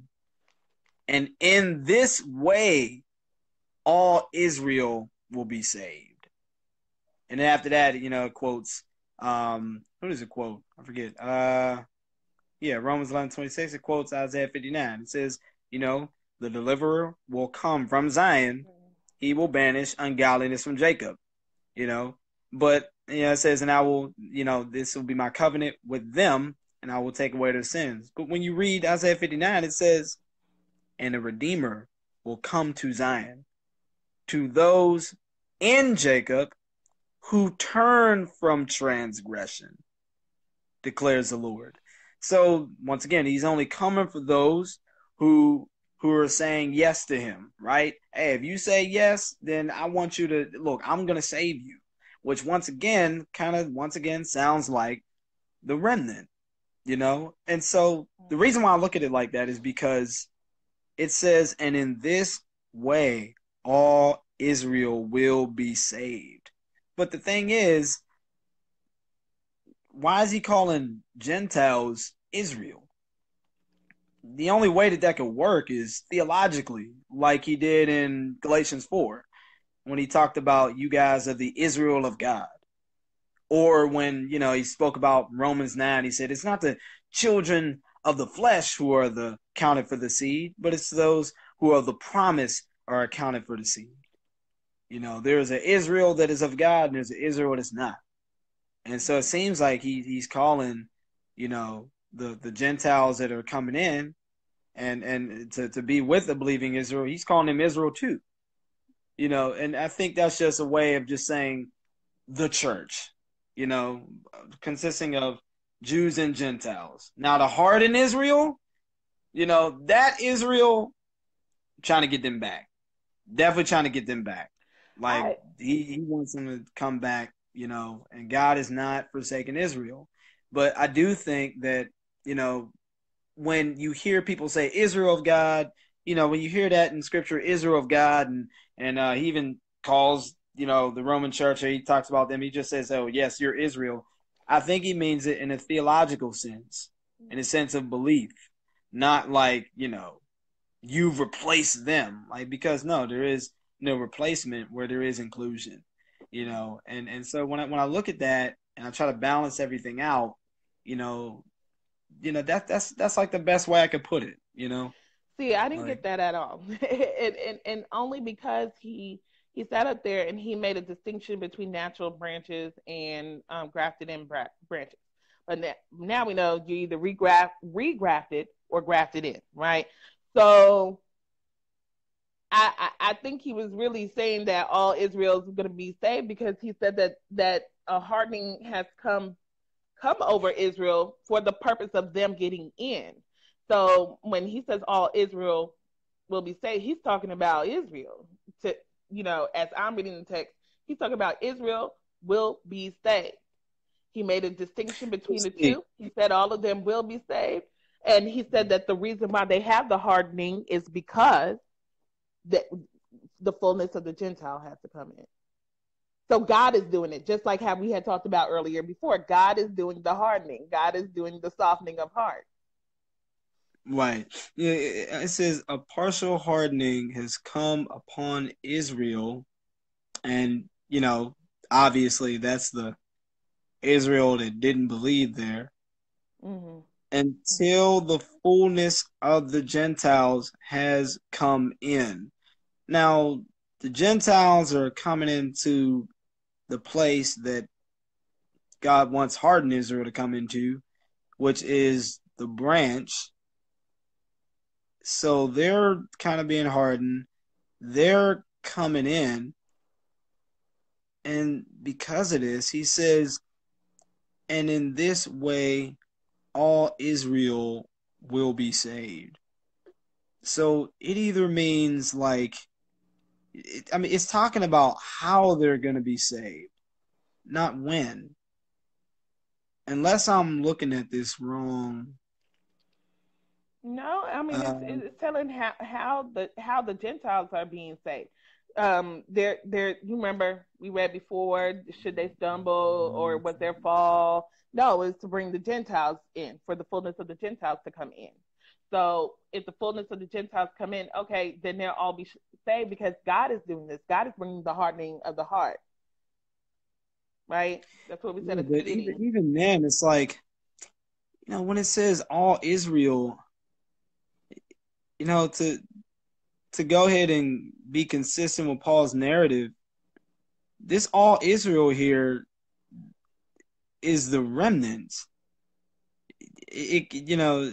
I would want it to be all Israel, but based on all the other stuff that he's been saying this whole time, it seems like the all Israel here is a remnant. And not only that, I wanted to show you a few things. That God has always kind of dealt with Israel like that. I think here it is. It's Jeremiah 31:7, and we all know how Jeremiah was. He was a weeping prophet, and Israel was hard-headed back then. And he said, "For thus saith the Lord, sing aloud with gladness for Jacob, and raise shouts for the chief of the nations. Proclaim, give praise, and say, O Lord, save your people, the remnant of Israel." So he says that his people are the remnant of Israel. Or like when Joel 2:32, Joel was written in 800 BC, way before Jeremiah. He says, and it shall come to pass that everyone who calls on the name of the Lord shall be saved. For Mount Zion and in Jerusalem there shall be those who escape, and as the Lord has said, among the survivors shall those whom the Lord call. And that, that was used by Peter, and that was used by Paul. They kind of applied that to the Gentiles, and also to the Jews who believe. Or even like Micah 2:12. He says, I will surely assemble all of you, O Jacob. I will surely assemble all of you, O Jacob. I will gather the remnant of Israel. So all of you is the remnant of Israel. So there's all. I will set them together like sheep in a fold, like a flock in his pasture, a noisy multitude of men. So yeah, Micah 5:3, it says, therefore he shall give them up, until the time when she who is in labor has given birth, when the rest of his brothers shall return to the people of Israel. And so even then, there is this awaiting for the other Israel to come on in to the people who are called the people of Israel. Or like Micah 7:18, where it says, who is a God like you, pardoning iniquity, from passing over transgression for the remnant of his inheritance? He does not retain his anger forever, because he delights in steadfast love. So he's speaking about, once again, the remnant. And even in Zephaniah 3:13, he speaks and he says, those who are left in Israel, they shall do no injustice and speak no lies, nor shall there be found in their mouth a deceitful tongue.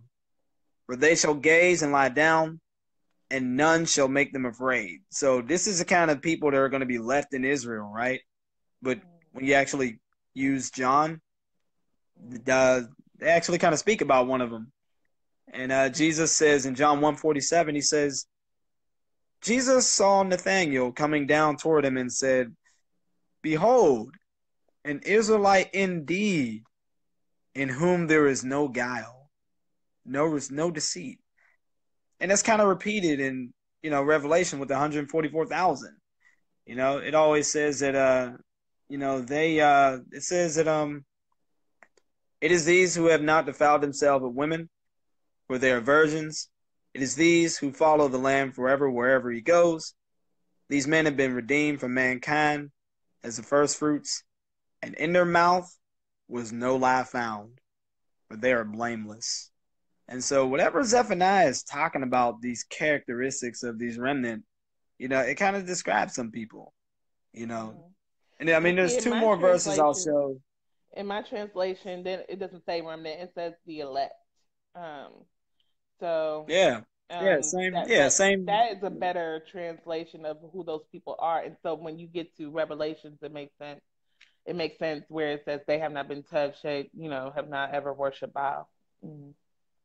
Definitely remnant, elect. It's the same difference. Even with Colossians chapter 3, it says that it's the same thing with when Paul wrote to the Colossian church, the Gentile church in Colossae. And he said, therefore, as God's chosen, or therefore, as God's elect, put on meekness and gentleness and kindness. And, so I think, once again, elect has a lot to be doing within Christ, But I wanted to read these two more scriptures, and after that, I'll shut up, because I just wanted to make a point about this whole remnant thing, because Paul keeps talking about it so much. And it says this. In Zechariah 14:2, it says, for I will gather all the nations against Jerusalem to battle, and the city shall be shaken, and the houses plundered, and the women raped. Half of the city shall go into exile, but the rest of the people shall not be cut off from the city. And so once again, you have that remnant thing in there. And then finally, it says in Psalms 50, verse 5, it says, gather to me, my faithful ones, who made a covenant with me by sacrifice. And then when you go further down in verses 16 and 17, it says, but to the wicked who says, "What right have you to recite my statutes or take my covenant on your lips? For you hate discipline, and you cast my words behind you." So these people, they end up taking a covenant, but it said it was just with their lips. And the other people who believe that they took a covenant, but it was by sacrifice, and kind of reminds me like, hey, you know what? These people praise me with their lips, but their hearts, they're far from me. So you got people who claim to take covenant, but God says, nah, I know who my real people are, and y'all ain't it, because y'all act like this, But the reason why I end up saying all that is because when you look at the remnant, they were spared because they believed and they remained faithful to the Lord. It wasn't enough for them to just say, I'm of Israel. I'm good enough. Nope. I mean, it's nice, but the same thing that made people stay in Jesus is the same thing that made people remain faithful in the Lord. It wasn't because, hey, I'm born an Israelite, so I'm good. It's like, no, if you don't believe and obey me, you're not getting in the land. If you don't believe and obey me, then your kingdom is going to crumble, and I'm going to make your enemies scatter you everywhere. If you don't believe and follow me, then, and it's the same thing with Jesus. That's what he's trying to teach the Gentiles. If you guys don't believe and follow me, then guess what? You will be cut off. But he also said that if you don't believe what Moshe wrote, then you're not going to believe what I'm saying, right? So, and then believe in him and obey what? That would be the laws and statutes, the commandments that he gave Moshe. Okay, he gave those to Moshe. So why would he then come? Now he just said which means one, a new commandment I give you, but that was based off of him being there in the first place. Okay, he was never there before, so he can't give that direct thing. I mean, of course, he loves you, even not in the flesh, but like my example, that's what he was talking about when he gave that one new commandment. So, yeah. I mean, so, I looked at that and it's like, I've always saw it like. Hello, what happened? Oh, sorry, am I back? What happened? Yeah, All right. yeah, you're back. Yeah, I was gonna say like, yeah, a lot of people try to say, well, that means that that applies to like the laws and things like that.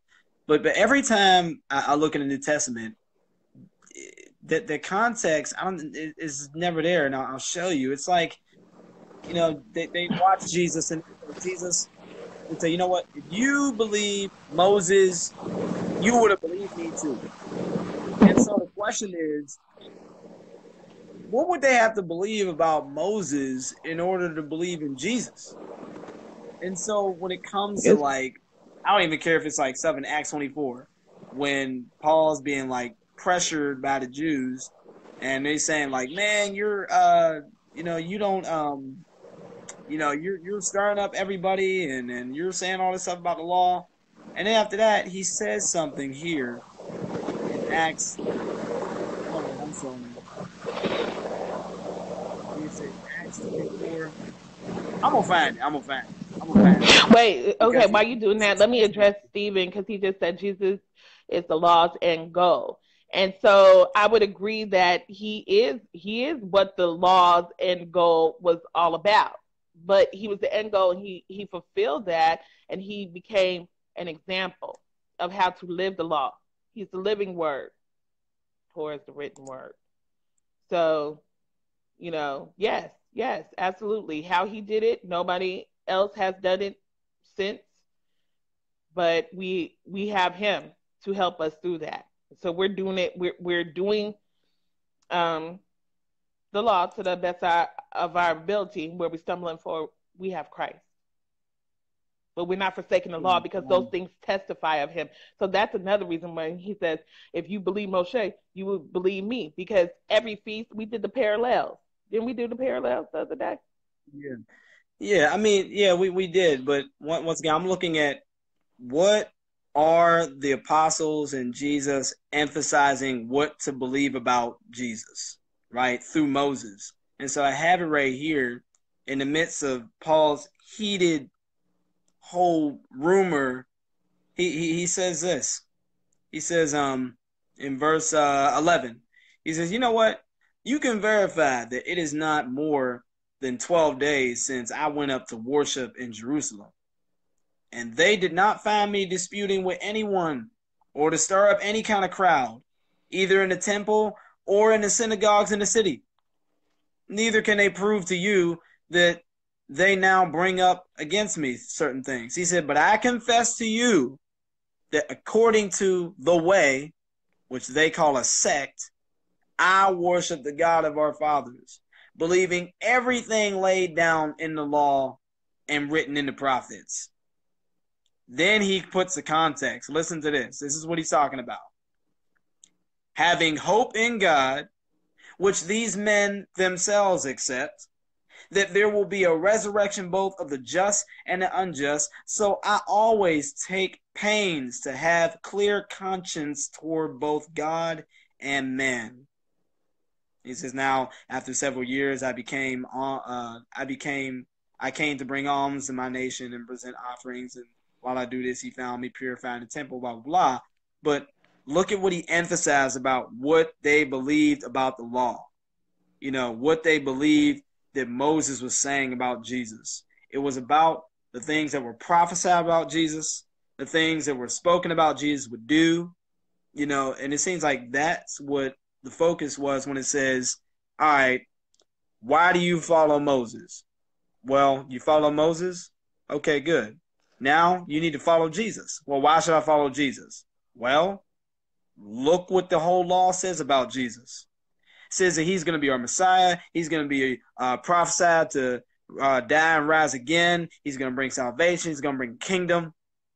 And so in all that, they got the perfect opportunity to say, hey, let's do the law because, you know, here it is. We believe in Jesus. We believe in Moses too. And they don't do that. They only emphasize, you know, the prophetic stuff about Jesus. You know? But how can you like follow Jesus who was who actually lived out the law and not follow law? I mean, that is the logic I don't get. Yeah. Yeah. I mean, and I understand that, you know, and yeah, I mean, it's like you answer a question with a question. You look at Jesus, here he is. You know, people say, was Jesus a Christian? It's like, no, he was a Jew. And Jesus kept the law. And I'll even ask everybody, why did Jesus keep the law? So, Ron, yeah. Why did Why did Jesus keep the law? he kept the law to fulfill it? Mm-hmm. Was he prophesied to fulfill it? Yeah. Were we prophesied to fulfill it? No, I don't believe so. In other But words, that's why we need a Messiah because we cannot fulfill it all the way. But that doesn't mean that you throw it in the garbage. It means that you pay attention to it. And I'm sorry, I actually studied under a Christian pastor who still said you need the law. That's your mirror that tells you what you're doing wrong and where you're sitting and where you're this and where you're that. So if you don't have that, how do you know? And so therefore, we have Christ. We have Christ. Christ is where we're falling short. He is filling in the gaps. But where does it say no longer do anything Moshe said? Where's that verse? well, once again, if you're looking for places where it says no longer do the things that Moshe says, there's a few ways that you could actually see that. But before I get to that, I did want to say, my mind went blank, so I'll just deal with what I can remember. um, you know, for one, there's a passage in Matthew 17, and they go up on a high mountain. A lot of people say it's Mount Hermon. That's a whole nother thing. Study Michael Heiser. They go up there, and all of a sudden, Jesus shows a preview of what is to come with his resurrected body, and his face shines like the sun. Kind of reminds me of Moses, but that's another story. We'll just, and then from there, Moses and Elijah end up coming by him, and all of a sudden they're like talking. Mm-hmm. Now, if you read in Luke chapter 9, it actually says that, Jesus was talking about an exodus that he would make for his people out of, Jerusalem. An exodus. When you look up that word in the Greek, it says exodus. And it's kind of like a spiritual. But anyway, Peter had looked and he said, you know what? How about we make a tabernacle for all three of you? One for Elijah, one for Moses, and one for you, Jesus. How about we do that? And meanwhile, in the midst of them talking, God himself, the Father, he says, this is my beloved son.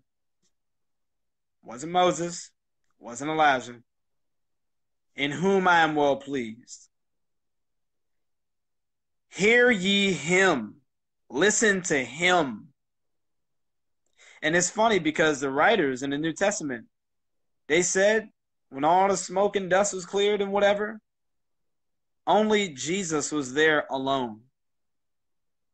And the disciples saw the Father say, listen to Jesus.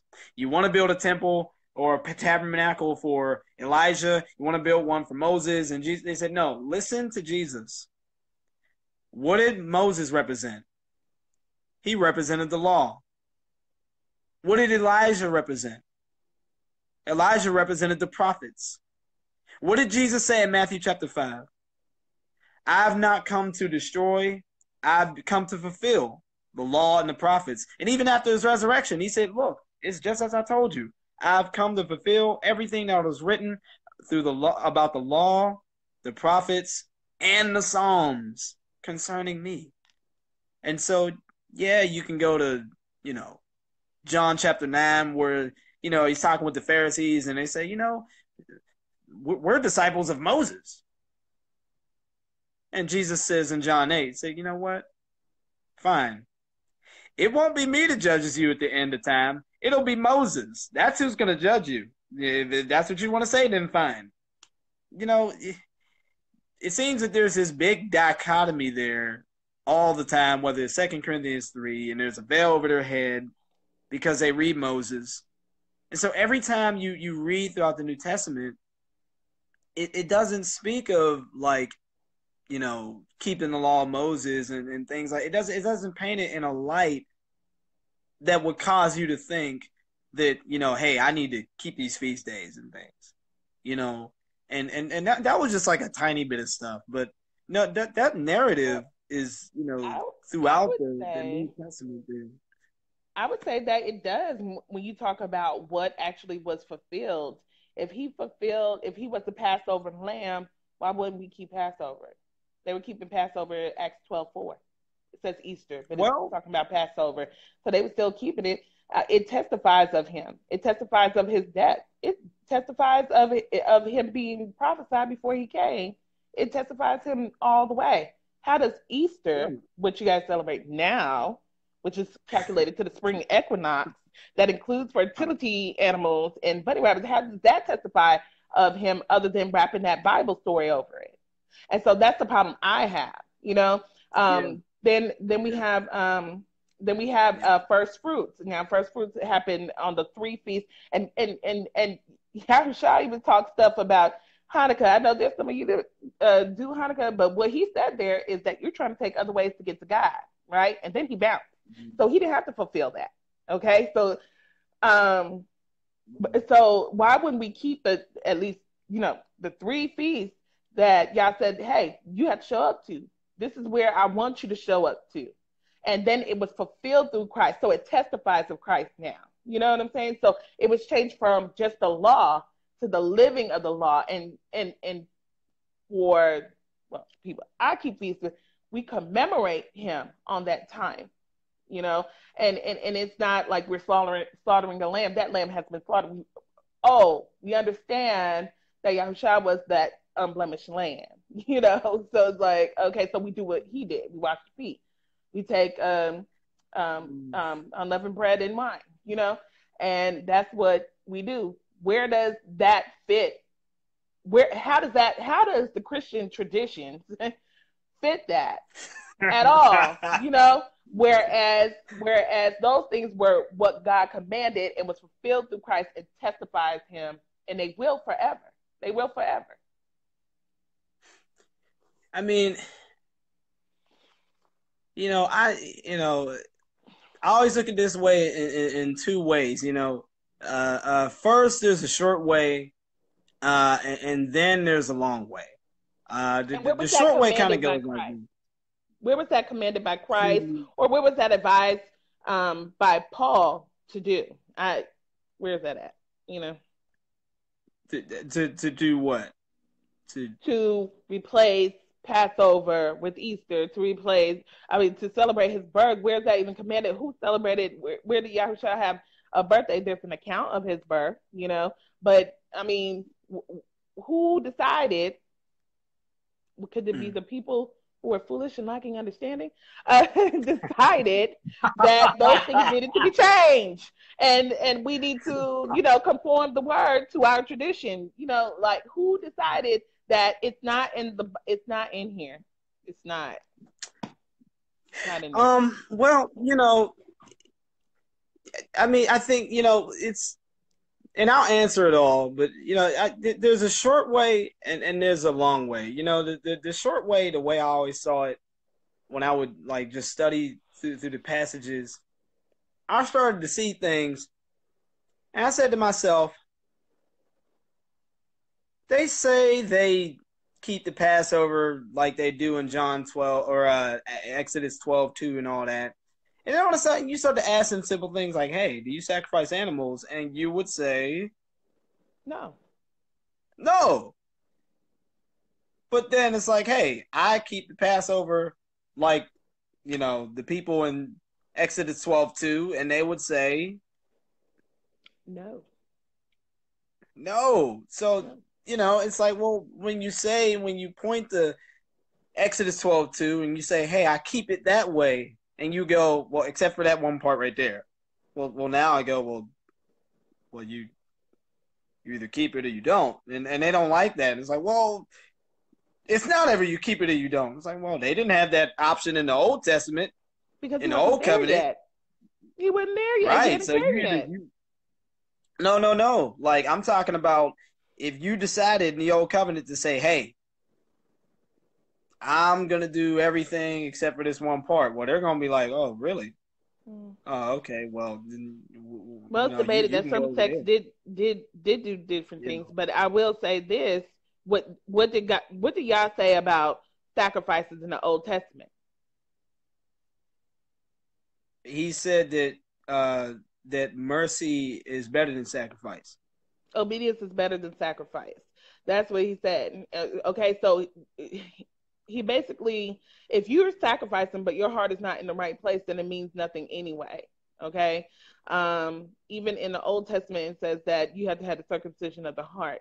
Okay, so there is nothing really new being stated in the New Testament. The events that happen. Well, I mean, you know, that's still a bit of an issue because, you know, why those things are nice and they're there, you know. The Day of Atonement still took place. Circumcision still took place on the 8th day of a newborn baby, unless, you know, you wanted to be cut off from Israel, like in Genesis 17. So, you know, those things are still there. You know, you still have the Old Covenant.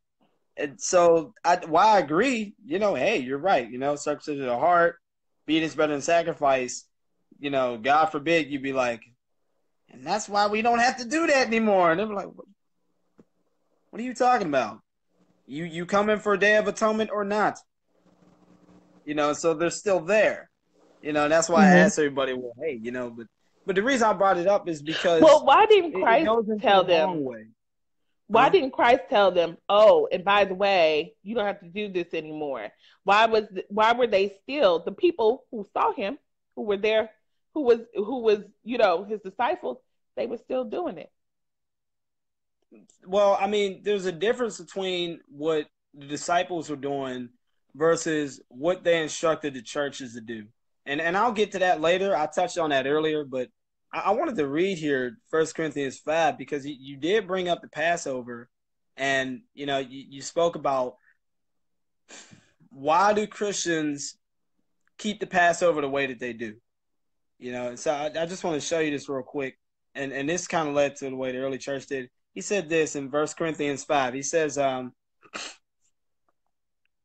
see, let's start at verse 5. He said, he's talking about a sinful man, right? And this is what he says to do to this sinful man. You are to deliver this man to Satan for the destruction of the flesh, so that his spirit may be saved in the day of the Lord. Yeah, so that's some tough love. Then he said, your boasting is not good. Do you not know that a little leaven leavens a whole lump? He said, cleanse out the old leaven cleanse out the old leaven that you may be a new lump, as you really are, unleavened. For Christ, our Passover lamb, has been sacrificed. Let us, therefore, based on everything that, he said, let us, therefore, because of all this, let us keep the feast, not with the old leaven, the leaven of malice and evil, but with the unleavened bread of sincerity and peace. Now, let me pause right there, because if you go ahead and compare that Passover to the Passover in, Exodus 12:2, you're going to see, listen, 7 days, you can't have any leavened bread in your house. Get every crumb out. If you got to do this for 7 days. If not, then you're unclean for 7 days. You can't, that's what you got to do. Of course, and you had to sacrifice as well. Over here in the New Testament, they're not, strumming breadcrumbs from their corners. They're getting the unleavened bread of. That? Where does it say that? Where it says it right here. He's talking about, right okay, he's talking about what it means, because he's actually talking about the Feast of Unleavened Bread when he's talking about get that out. Yeah. So he's talking about that. He's talking about the Feast of Unleavened Bread, and he's talking about what it means. It meant that in the Old Testament too. No, well, once again, you could say that it meant that in the Old Testament, but so far, all we have is God said, hey, I don't want no breadcrumbs in your house. Get it out. Now, people could, in the Old Testament, they could, spiritualize that and be like, I think it probably means this. And, and they probably did do that. They probably did. But when you look in the New Testament, what are the instructions? He said, no, okay. We're getting out the unleavened bread of malice and anger. That's what we're getting out. We're worried about getting this stuff out of our heart. Them in the Old Testament, Moses is a veil over the head. They're still worrying about crumbs. And then he actually contextualizes it in verse 12 and 13. Here, let me go ahead and read down. I'll show you. Look at this.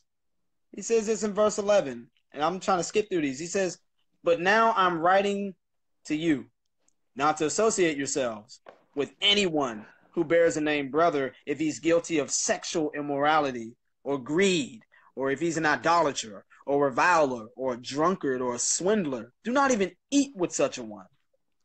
For I have nothing to do with judging outsiders. Is it not those inside the church whom God will judge? He says God judges those outside. He says, therefore, purge the evil person from among you. So see, it's about removing the, stuff that's in our hearts. And it's about purging the evil people that are even from among us. So they're not even worried about breadcrumbs. They're worried about, sinful people. I don't even want to be around them. I don't want any sinfulness in my heart. I don't want any of these sinful people around me. No, we don't want that. They're worried about getting those things out of their life. Whereas the Old Testament, they were just obeying God and making sure they got breadcrumbs out, you know? And this is the reason why the early church began to practice what they call Lent, where you had 40 days where people would just say, look, hey, I'm going to give this stuff up. I don't want to do this anymore. They did all that, and it still goes on to this day. But, you know, so when you look at the reason why Christians started to celebrate in the way that they did, and they looked at Christ as our Passover lamb, whereas the Old Testament, you had to sacrifice a lamb, you know. So, I mean, people see the replacement in that, but they don't want to see the replacement in everything else, you know, with the breadcrumbs and like, no, man, we're not going that far, you know. But meanwhile, it's like, because everybody starts as a child in the faith, right? mm-hmm. Drinking milk. So if you're starting as a child in the faith, how did Yah start the children of Israel off with actually doing it? And actually, when you actually work to get all the leaven out of your house, and you see how incredibly hard it is, and you're still gonna find some. Mm-hmm. Because you're like, I thought I got it all, and you know that sin. That teaches you how hard you have to work to keep sin out your life. So it's something beneficial in the physical aspect of the law and the spiritual aspect of the law. Paul, a lot of time, he's a spiritualizer. He spiritualizes the law, and he shows you what because they already knew what they was doing, and then they saw Yahushua's example, and then he told them what it meant. But he's not saying, mm-hmm. Don't do it. There's no replacement to those things except for Yahushua. Mm-hmm. That's the only replacement. Then the best that you're saying is that this whole thing is an argument from silence, just like you said that the whole spiritual removal and all that in the Old Testament was an argument from silence. You know, you said, hey, they may have removed breadcrumbs, but it doesn't mean that they didn't see the revelation in it. And so no matter if you're talking about Corinthians like you are just now, or whether you're talking about Exodus when you basically made an argument from silence on both of them. And, you know, I mean, you could do that. I mean, if you want. But I mean, like I said, they learned that spiritualized stuff from Jesus. I mean, Jesus was the one that said, hey, you destroy this temple and I will rebuild it in 3 days. And they were like, what are you talking about? Like, it's right there. Like, what do you mean? You can't do that. What, Jesus spiritualized? I don't even care if it's John 8. You know, he'll look at them and he'll say things to them. He'll be like, look, what do you say? He said, look, you guys say that you're, he said, where is Abraham your father? And he said, well, look, yes, I'm of Abraham, but if you were of Abraham, you would do his works. But meanwhile, these guys were like physical descendants. But meanwhile, he's given a spiritual reason why they're not. You know, and it just goes on. If you just read John 8, he does that all the time. You know, well, even God is our father. Well, if God was your father, well, you know, you would do this and you believe me, but all this other stuff. And yet he does that all the time. You know, Jesus will do things. There's so many spiritualizations that Jesus does, and that's the reason why the apostles do that. You know, when they teach their in 1 Corinthians 5, like, I'm not going to pull up all the times Jesus does that, but he does that a lot. But here's the contradiction, and hypocrisy that I find from Christians a lot, because they'll say, hey, we know the baptism, getting in the water, is the outward expression of something that's happening on the inside, but you're still getting in that water, right? That's what we're doing. We're getting in the water. You know, we getting in the water. We are getting in that water. But this goes into, like, you know, the new covenant. You know what I mean? You know, when it comes in the new covenant, God gave instructions to Jesus. Mm-hmm. Jesus was the one that got all his instructions from God. So, you know, just like there's physical things to do in the old covenant, well, you got some physical things to do in the new covenant. And, you know, one of them things, you know, that's not what believers did to go ahead and be in God in the old covenant. It's something new. And so when you had Jesus saying things like, he who believes and is baptized will be saved, but he who does not believe will be damned. I thought it's funny he said, he who does not believe and is not baptized, he didn't say that.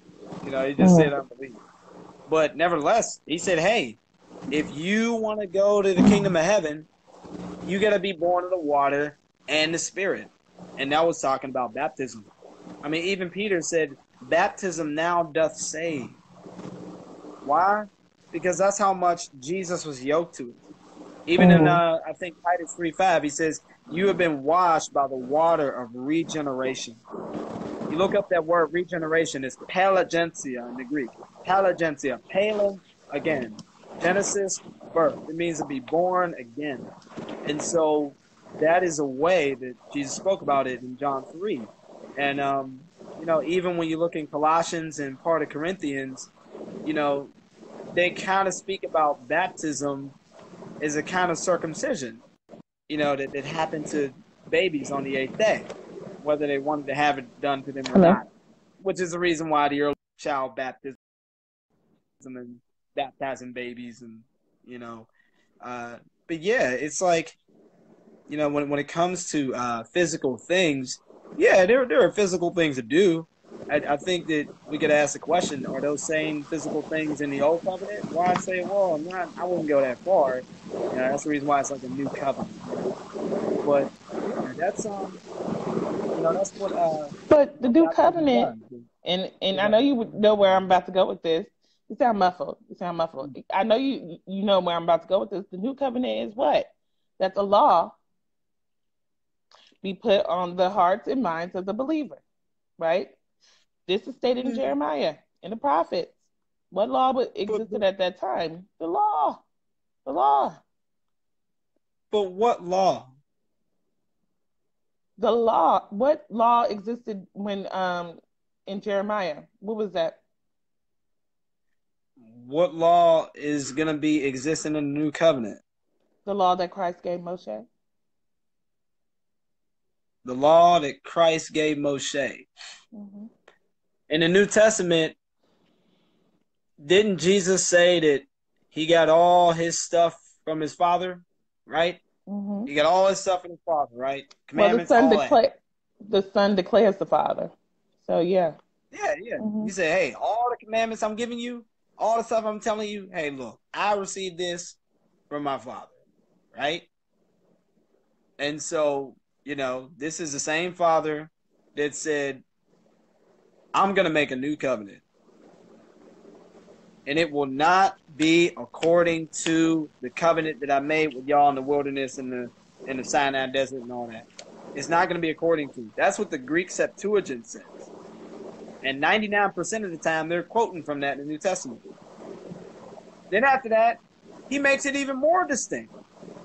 He says, I'm going to put my law in your heart. My law. Mine. Mm-hmm. Right? Can't be laws of Moses. Can't be that. No, he already said, listen, I'm making a new covenant. No, the law of Moses was given by the Most High. So those are his laws. Those are his laws. Yes. No, you have to listen to what he's saying. I mean, yeah, the laws of Moses are God's laws. That's true. That is true. Yeah, there they are right there. No one's lying that. Yeah. You got to listen to what he's saying, though. He's saying, no, listen, time out. I'm going to make a new covenant with you. Now, we know how the first one was made, right? It was made by, lamb's blood. He sprinkled it on the people. Jesus, he said, this is my blood in the new covenant. He said, I'm going to make a new covenant with you.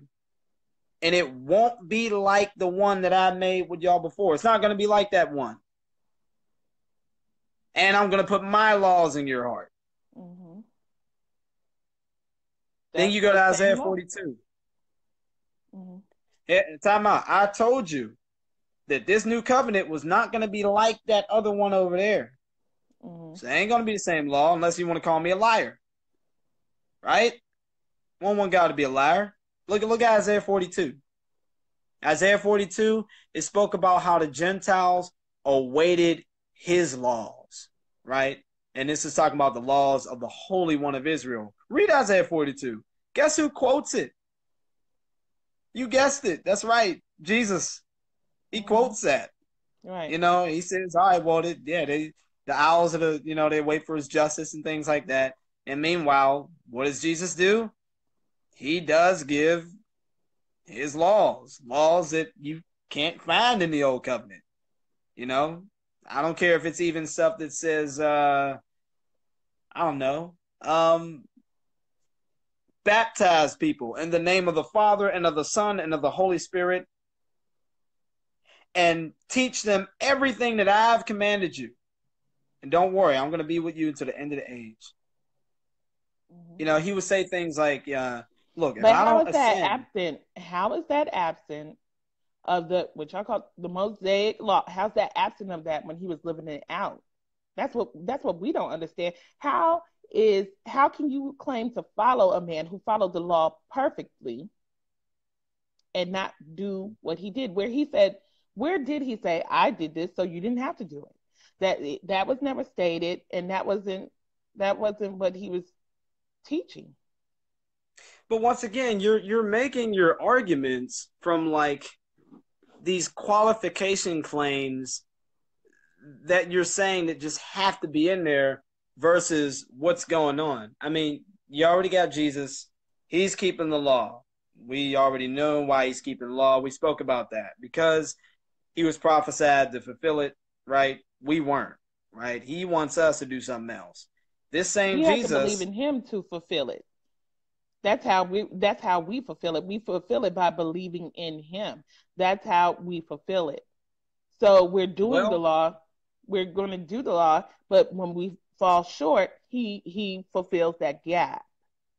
So, well, I mean, once again, like I haven't seen that, but like I said, when it talks about fulfilling the law, and the only things that I can recall about fulfilling the law is it says that, listen, bear one another's burdens and so fulfill the law of Christ. Or it says things like, in Romans 13, where it quotes 6 out of the 10 commandments, which are all the moral laws. That's a whole other story. And it spoke about, well, you know what? There's this one that you do. If you love one another as yourself, then you'll fulfill the law. right. And that's all you have with And these let me fulfill the tell law and, verses. and let me But tell you, back to what I wanted to say about Jesus. I wanted to say that you had Jesus fulfilling the law. He's doing the law. But then it's like, what did he tell you to do? He told you, baptize people in the name of Father, Son, and Holy Spirit. Wait, I can't find that in Moses. I know, excuse me. Do everything I've commanded you to do. Why? Well, because everything I've been gotten from my Father. Oh, the same God that said he was going to give his laws, right? His laws. mm-hmm. New covenant. New laws. Moses, he said, this is the blood of the covenant. He sprinkled the blood on the people. Jesus said, this is a new covenant in my blood. Mine. I want you to drink it. Here it is. Do this in remembrance of me. As often as you do it. They didn't do this in the old covenant. This is a new practice. New Moses. And so, But it was still that's what it is. fulfilling. It was Yeah. still fulfilling those same feasts and things that Yah gave us to do from the beginning. And the root, Exactly. That's the it. root, That's it. Exactly. but it didn't No, say I said give it up now. no. That's it. It doesn't say That's give it it up right now. there. You said it. That's it. Like, how can I explain this? Like, that's it. Like, the new covenant practices fulfill the old without you requiring to do the old exactly as it does. No, you do the new and it fulfills the old. For example, Matthew chapter 5. Jesus said, you know what? It is said of old that if you go ahead and sleep with another woman and you already have a wife, then you commit adultery. He said, but I say to you, not Moses, me, Jesus, I say to you, I'm not Jesus, but he said, I say to you, if you look on a woman with lust, you commit adultery in your heart.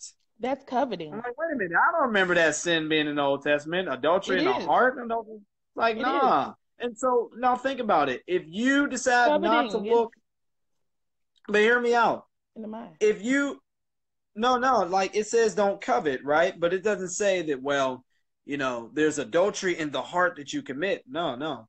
It says like Coveting is if you desiring. decide, yeah, Coveting is coveting, okay, having a so desire and want and longing for. It is that. okay, So so it's it is there. a covet. Okay, so it is a sin to covet, right? Mm-hmm. But was it described as, hey, you are committing adultery in your heart, or are you just coveting and lusting? Well, see, and this is where See that? if you don't know the law, you don't understand how that is in there. Okay, there's the 10 Commandments, right? But the 613 show you how to carry out the 10 Commandments. So let's take murder. Okay, thou shalt not murder. Well, you can murder in speech. You can murder economically, which is done to Haiti. You can murder in spirit, right? And so the law, the 613 laws actually address that, right? And then I had a Christian, tell me, well, you can't murder somebody with your tongue. Yes, you can. Death and life lies in the power of your tongue. You can hurt somebody so much and cut them down spiritually through That's in your the New tongue. Testament. Huh? That's in the New Testament. It's in the Yeah, old that's our too. turn. That's what I'm trying to tell you. It's in the old too. That's what those 613 laws are there for. Not it addresses every way that you can carry out the 10. So it's there. Coveting is a desire, a longing for, a lust for. This is what I want type of thing. And so what they were doing in the Old Testament, this is what Yahushua was addressing, is that they were looking at what people were doing, very much like the Christian church. And when I taught in the Christian church, I had to do an exercise where they saw a member out having drinks, and what do you think about their walk with Christ? And of course, these kids had all types of things to say. But then when we revealed the true story of what was going on, they were like, oh, because you can't judge anybody's walk by just seeing what they're doing. You have to judge their walk by what they know, not seeing what they're doing, because I could do the law and not have a heart for Christ, right? I could say, oh, I'm doing the law, see me over here, but it's not only what you're doing, but what's also on the inside. I mean, so like I said, like a lot of things you say, it's not that I don't agree with it because, I mean, it is true.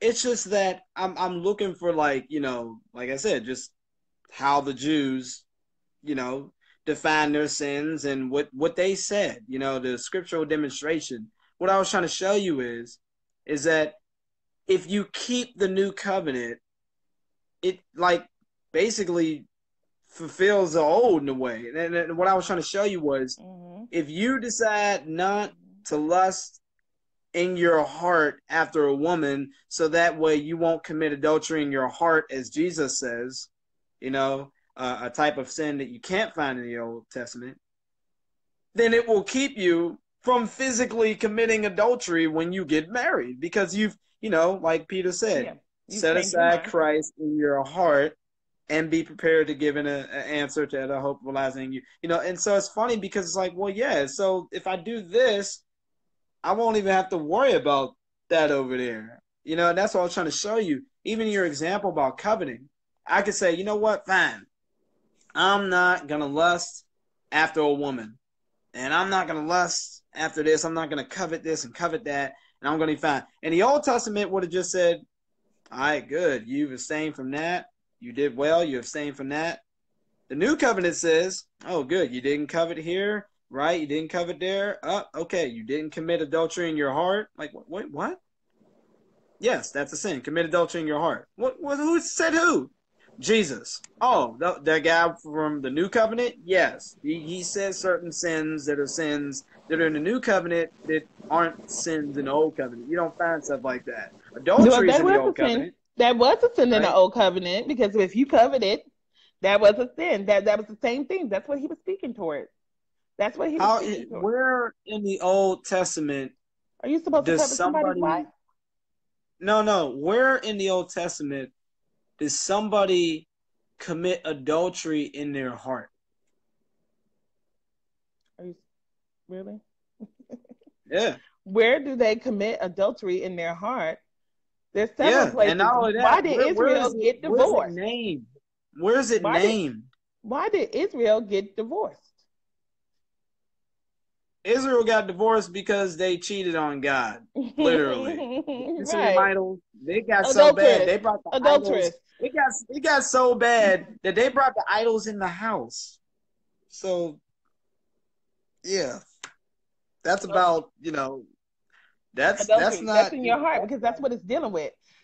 So right. I mean, That anyway. that nah that was nah that was a heart issue, but that stuff manifested. Okay, that was Yeah, it straight up manifested too. It jacked manifested too. up. But Like sin that starts with the was thought. That's why you have to renew your mind and not conform to this world because you have to think about it first.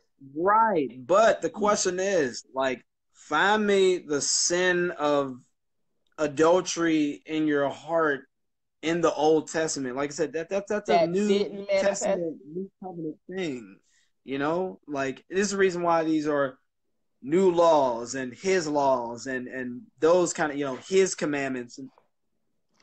Okay, Matt, we got to wrap this up. Come on, because I have to Yeah. go. All right. I thought I heard All right. something in my kitchen. What in the world? All right. Yeah. All right. We got to wrap this up. So yeah, y'all. Hey. Listen. Beautiful dialogue. You know, still open to a lot of things, and I hope that the 6 people here that are watching, and everybody else, I hope this was fruitful, man. Like I said, I'm trying to have an open heart, and I hope that you will too. And yeah, I think it was definitely, definitely fruitful. And, just we'll definitely be meditating over, just over some things. And does the Bible really say what it's saying that one of us is saying, or whatever's there? What's the picture? I don't know. I'm like my mind is blank right now, so I'm rambling on. But anyway, that's it, y'all. I All hope right. you guys definitely enjoyed that. So peace and blessings. And so till next time. All right. See you, everyone. Thanks for stopping by, or thank you, Matt, for having a conversation with me. I think that if you didn't know, if you it it even translates a little bit different from being on threads and talking um, to being face to face. And if you didn't know certain stances, and these are my views. I don't agree 100% with just about anybody, but there was more that we agreed on than disagreed on. It's just, the stances that we're coming from. So that's it for me. Good night, my baby All sweet. good, this is all good. So, hey, I'm always available. You want to do this next time, and hey, you know what, y'all? Let us know if y'all want us to do this again. I don't know, maybe we'll put a vote thingy or a vote poll or something like that, and y'all give us a topic or something. I don't know. Y'all give us a chapter. How about that? Other than that, um, that's it. All right. Peace Good and night. everybody. Shalom, Um, Israel. Bye. Shalom. Yeah.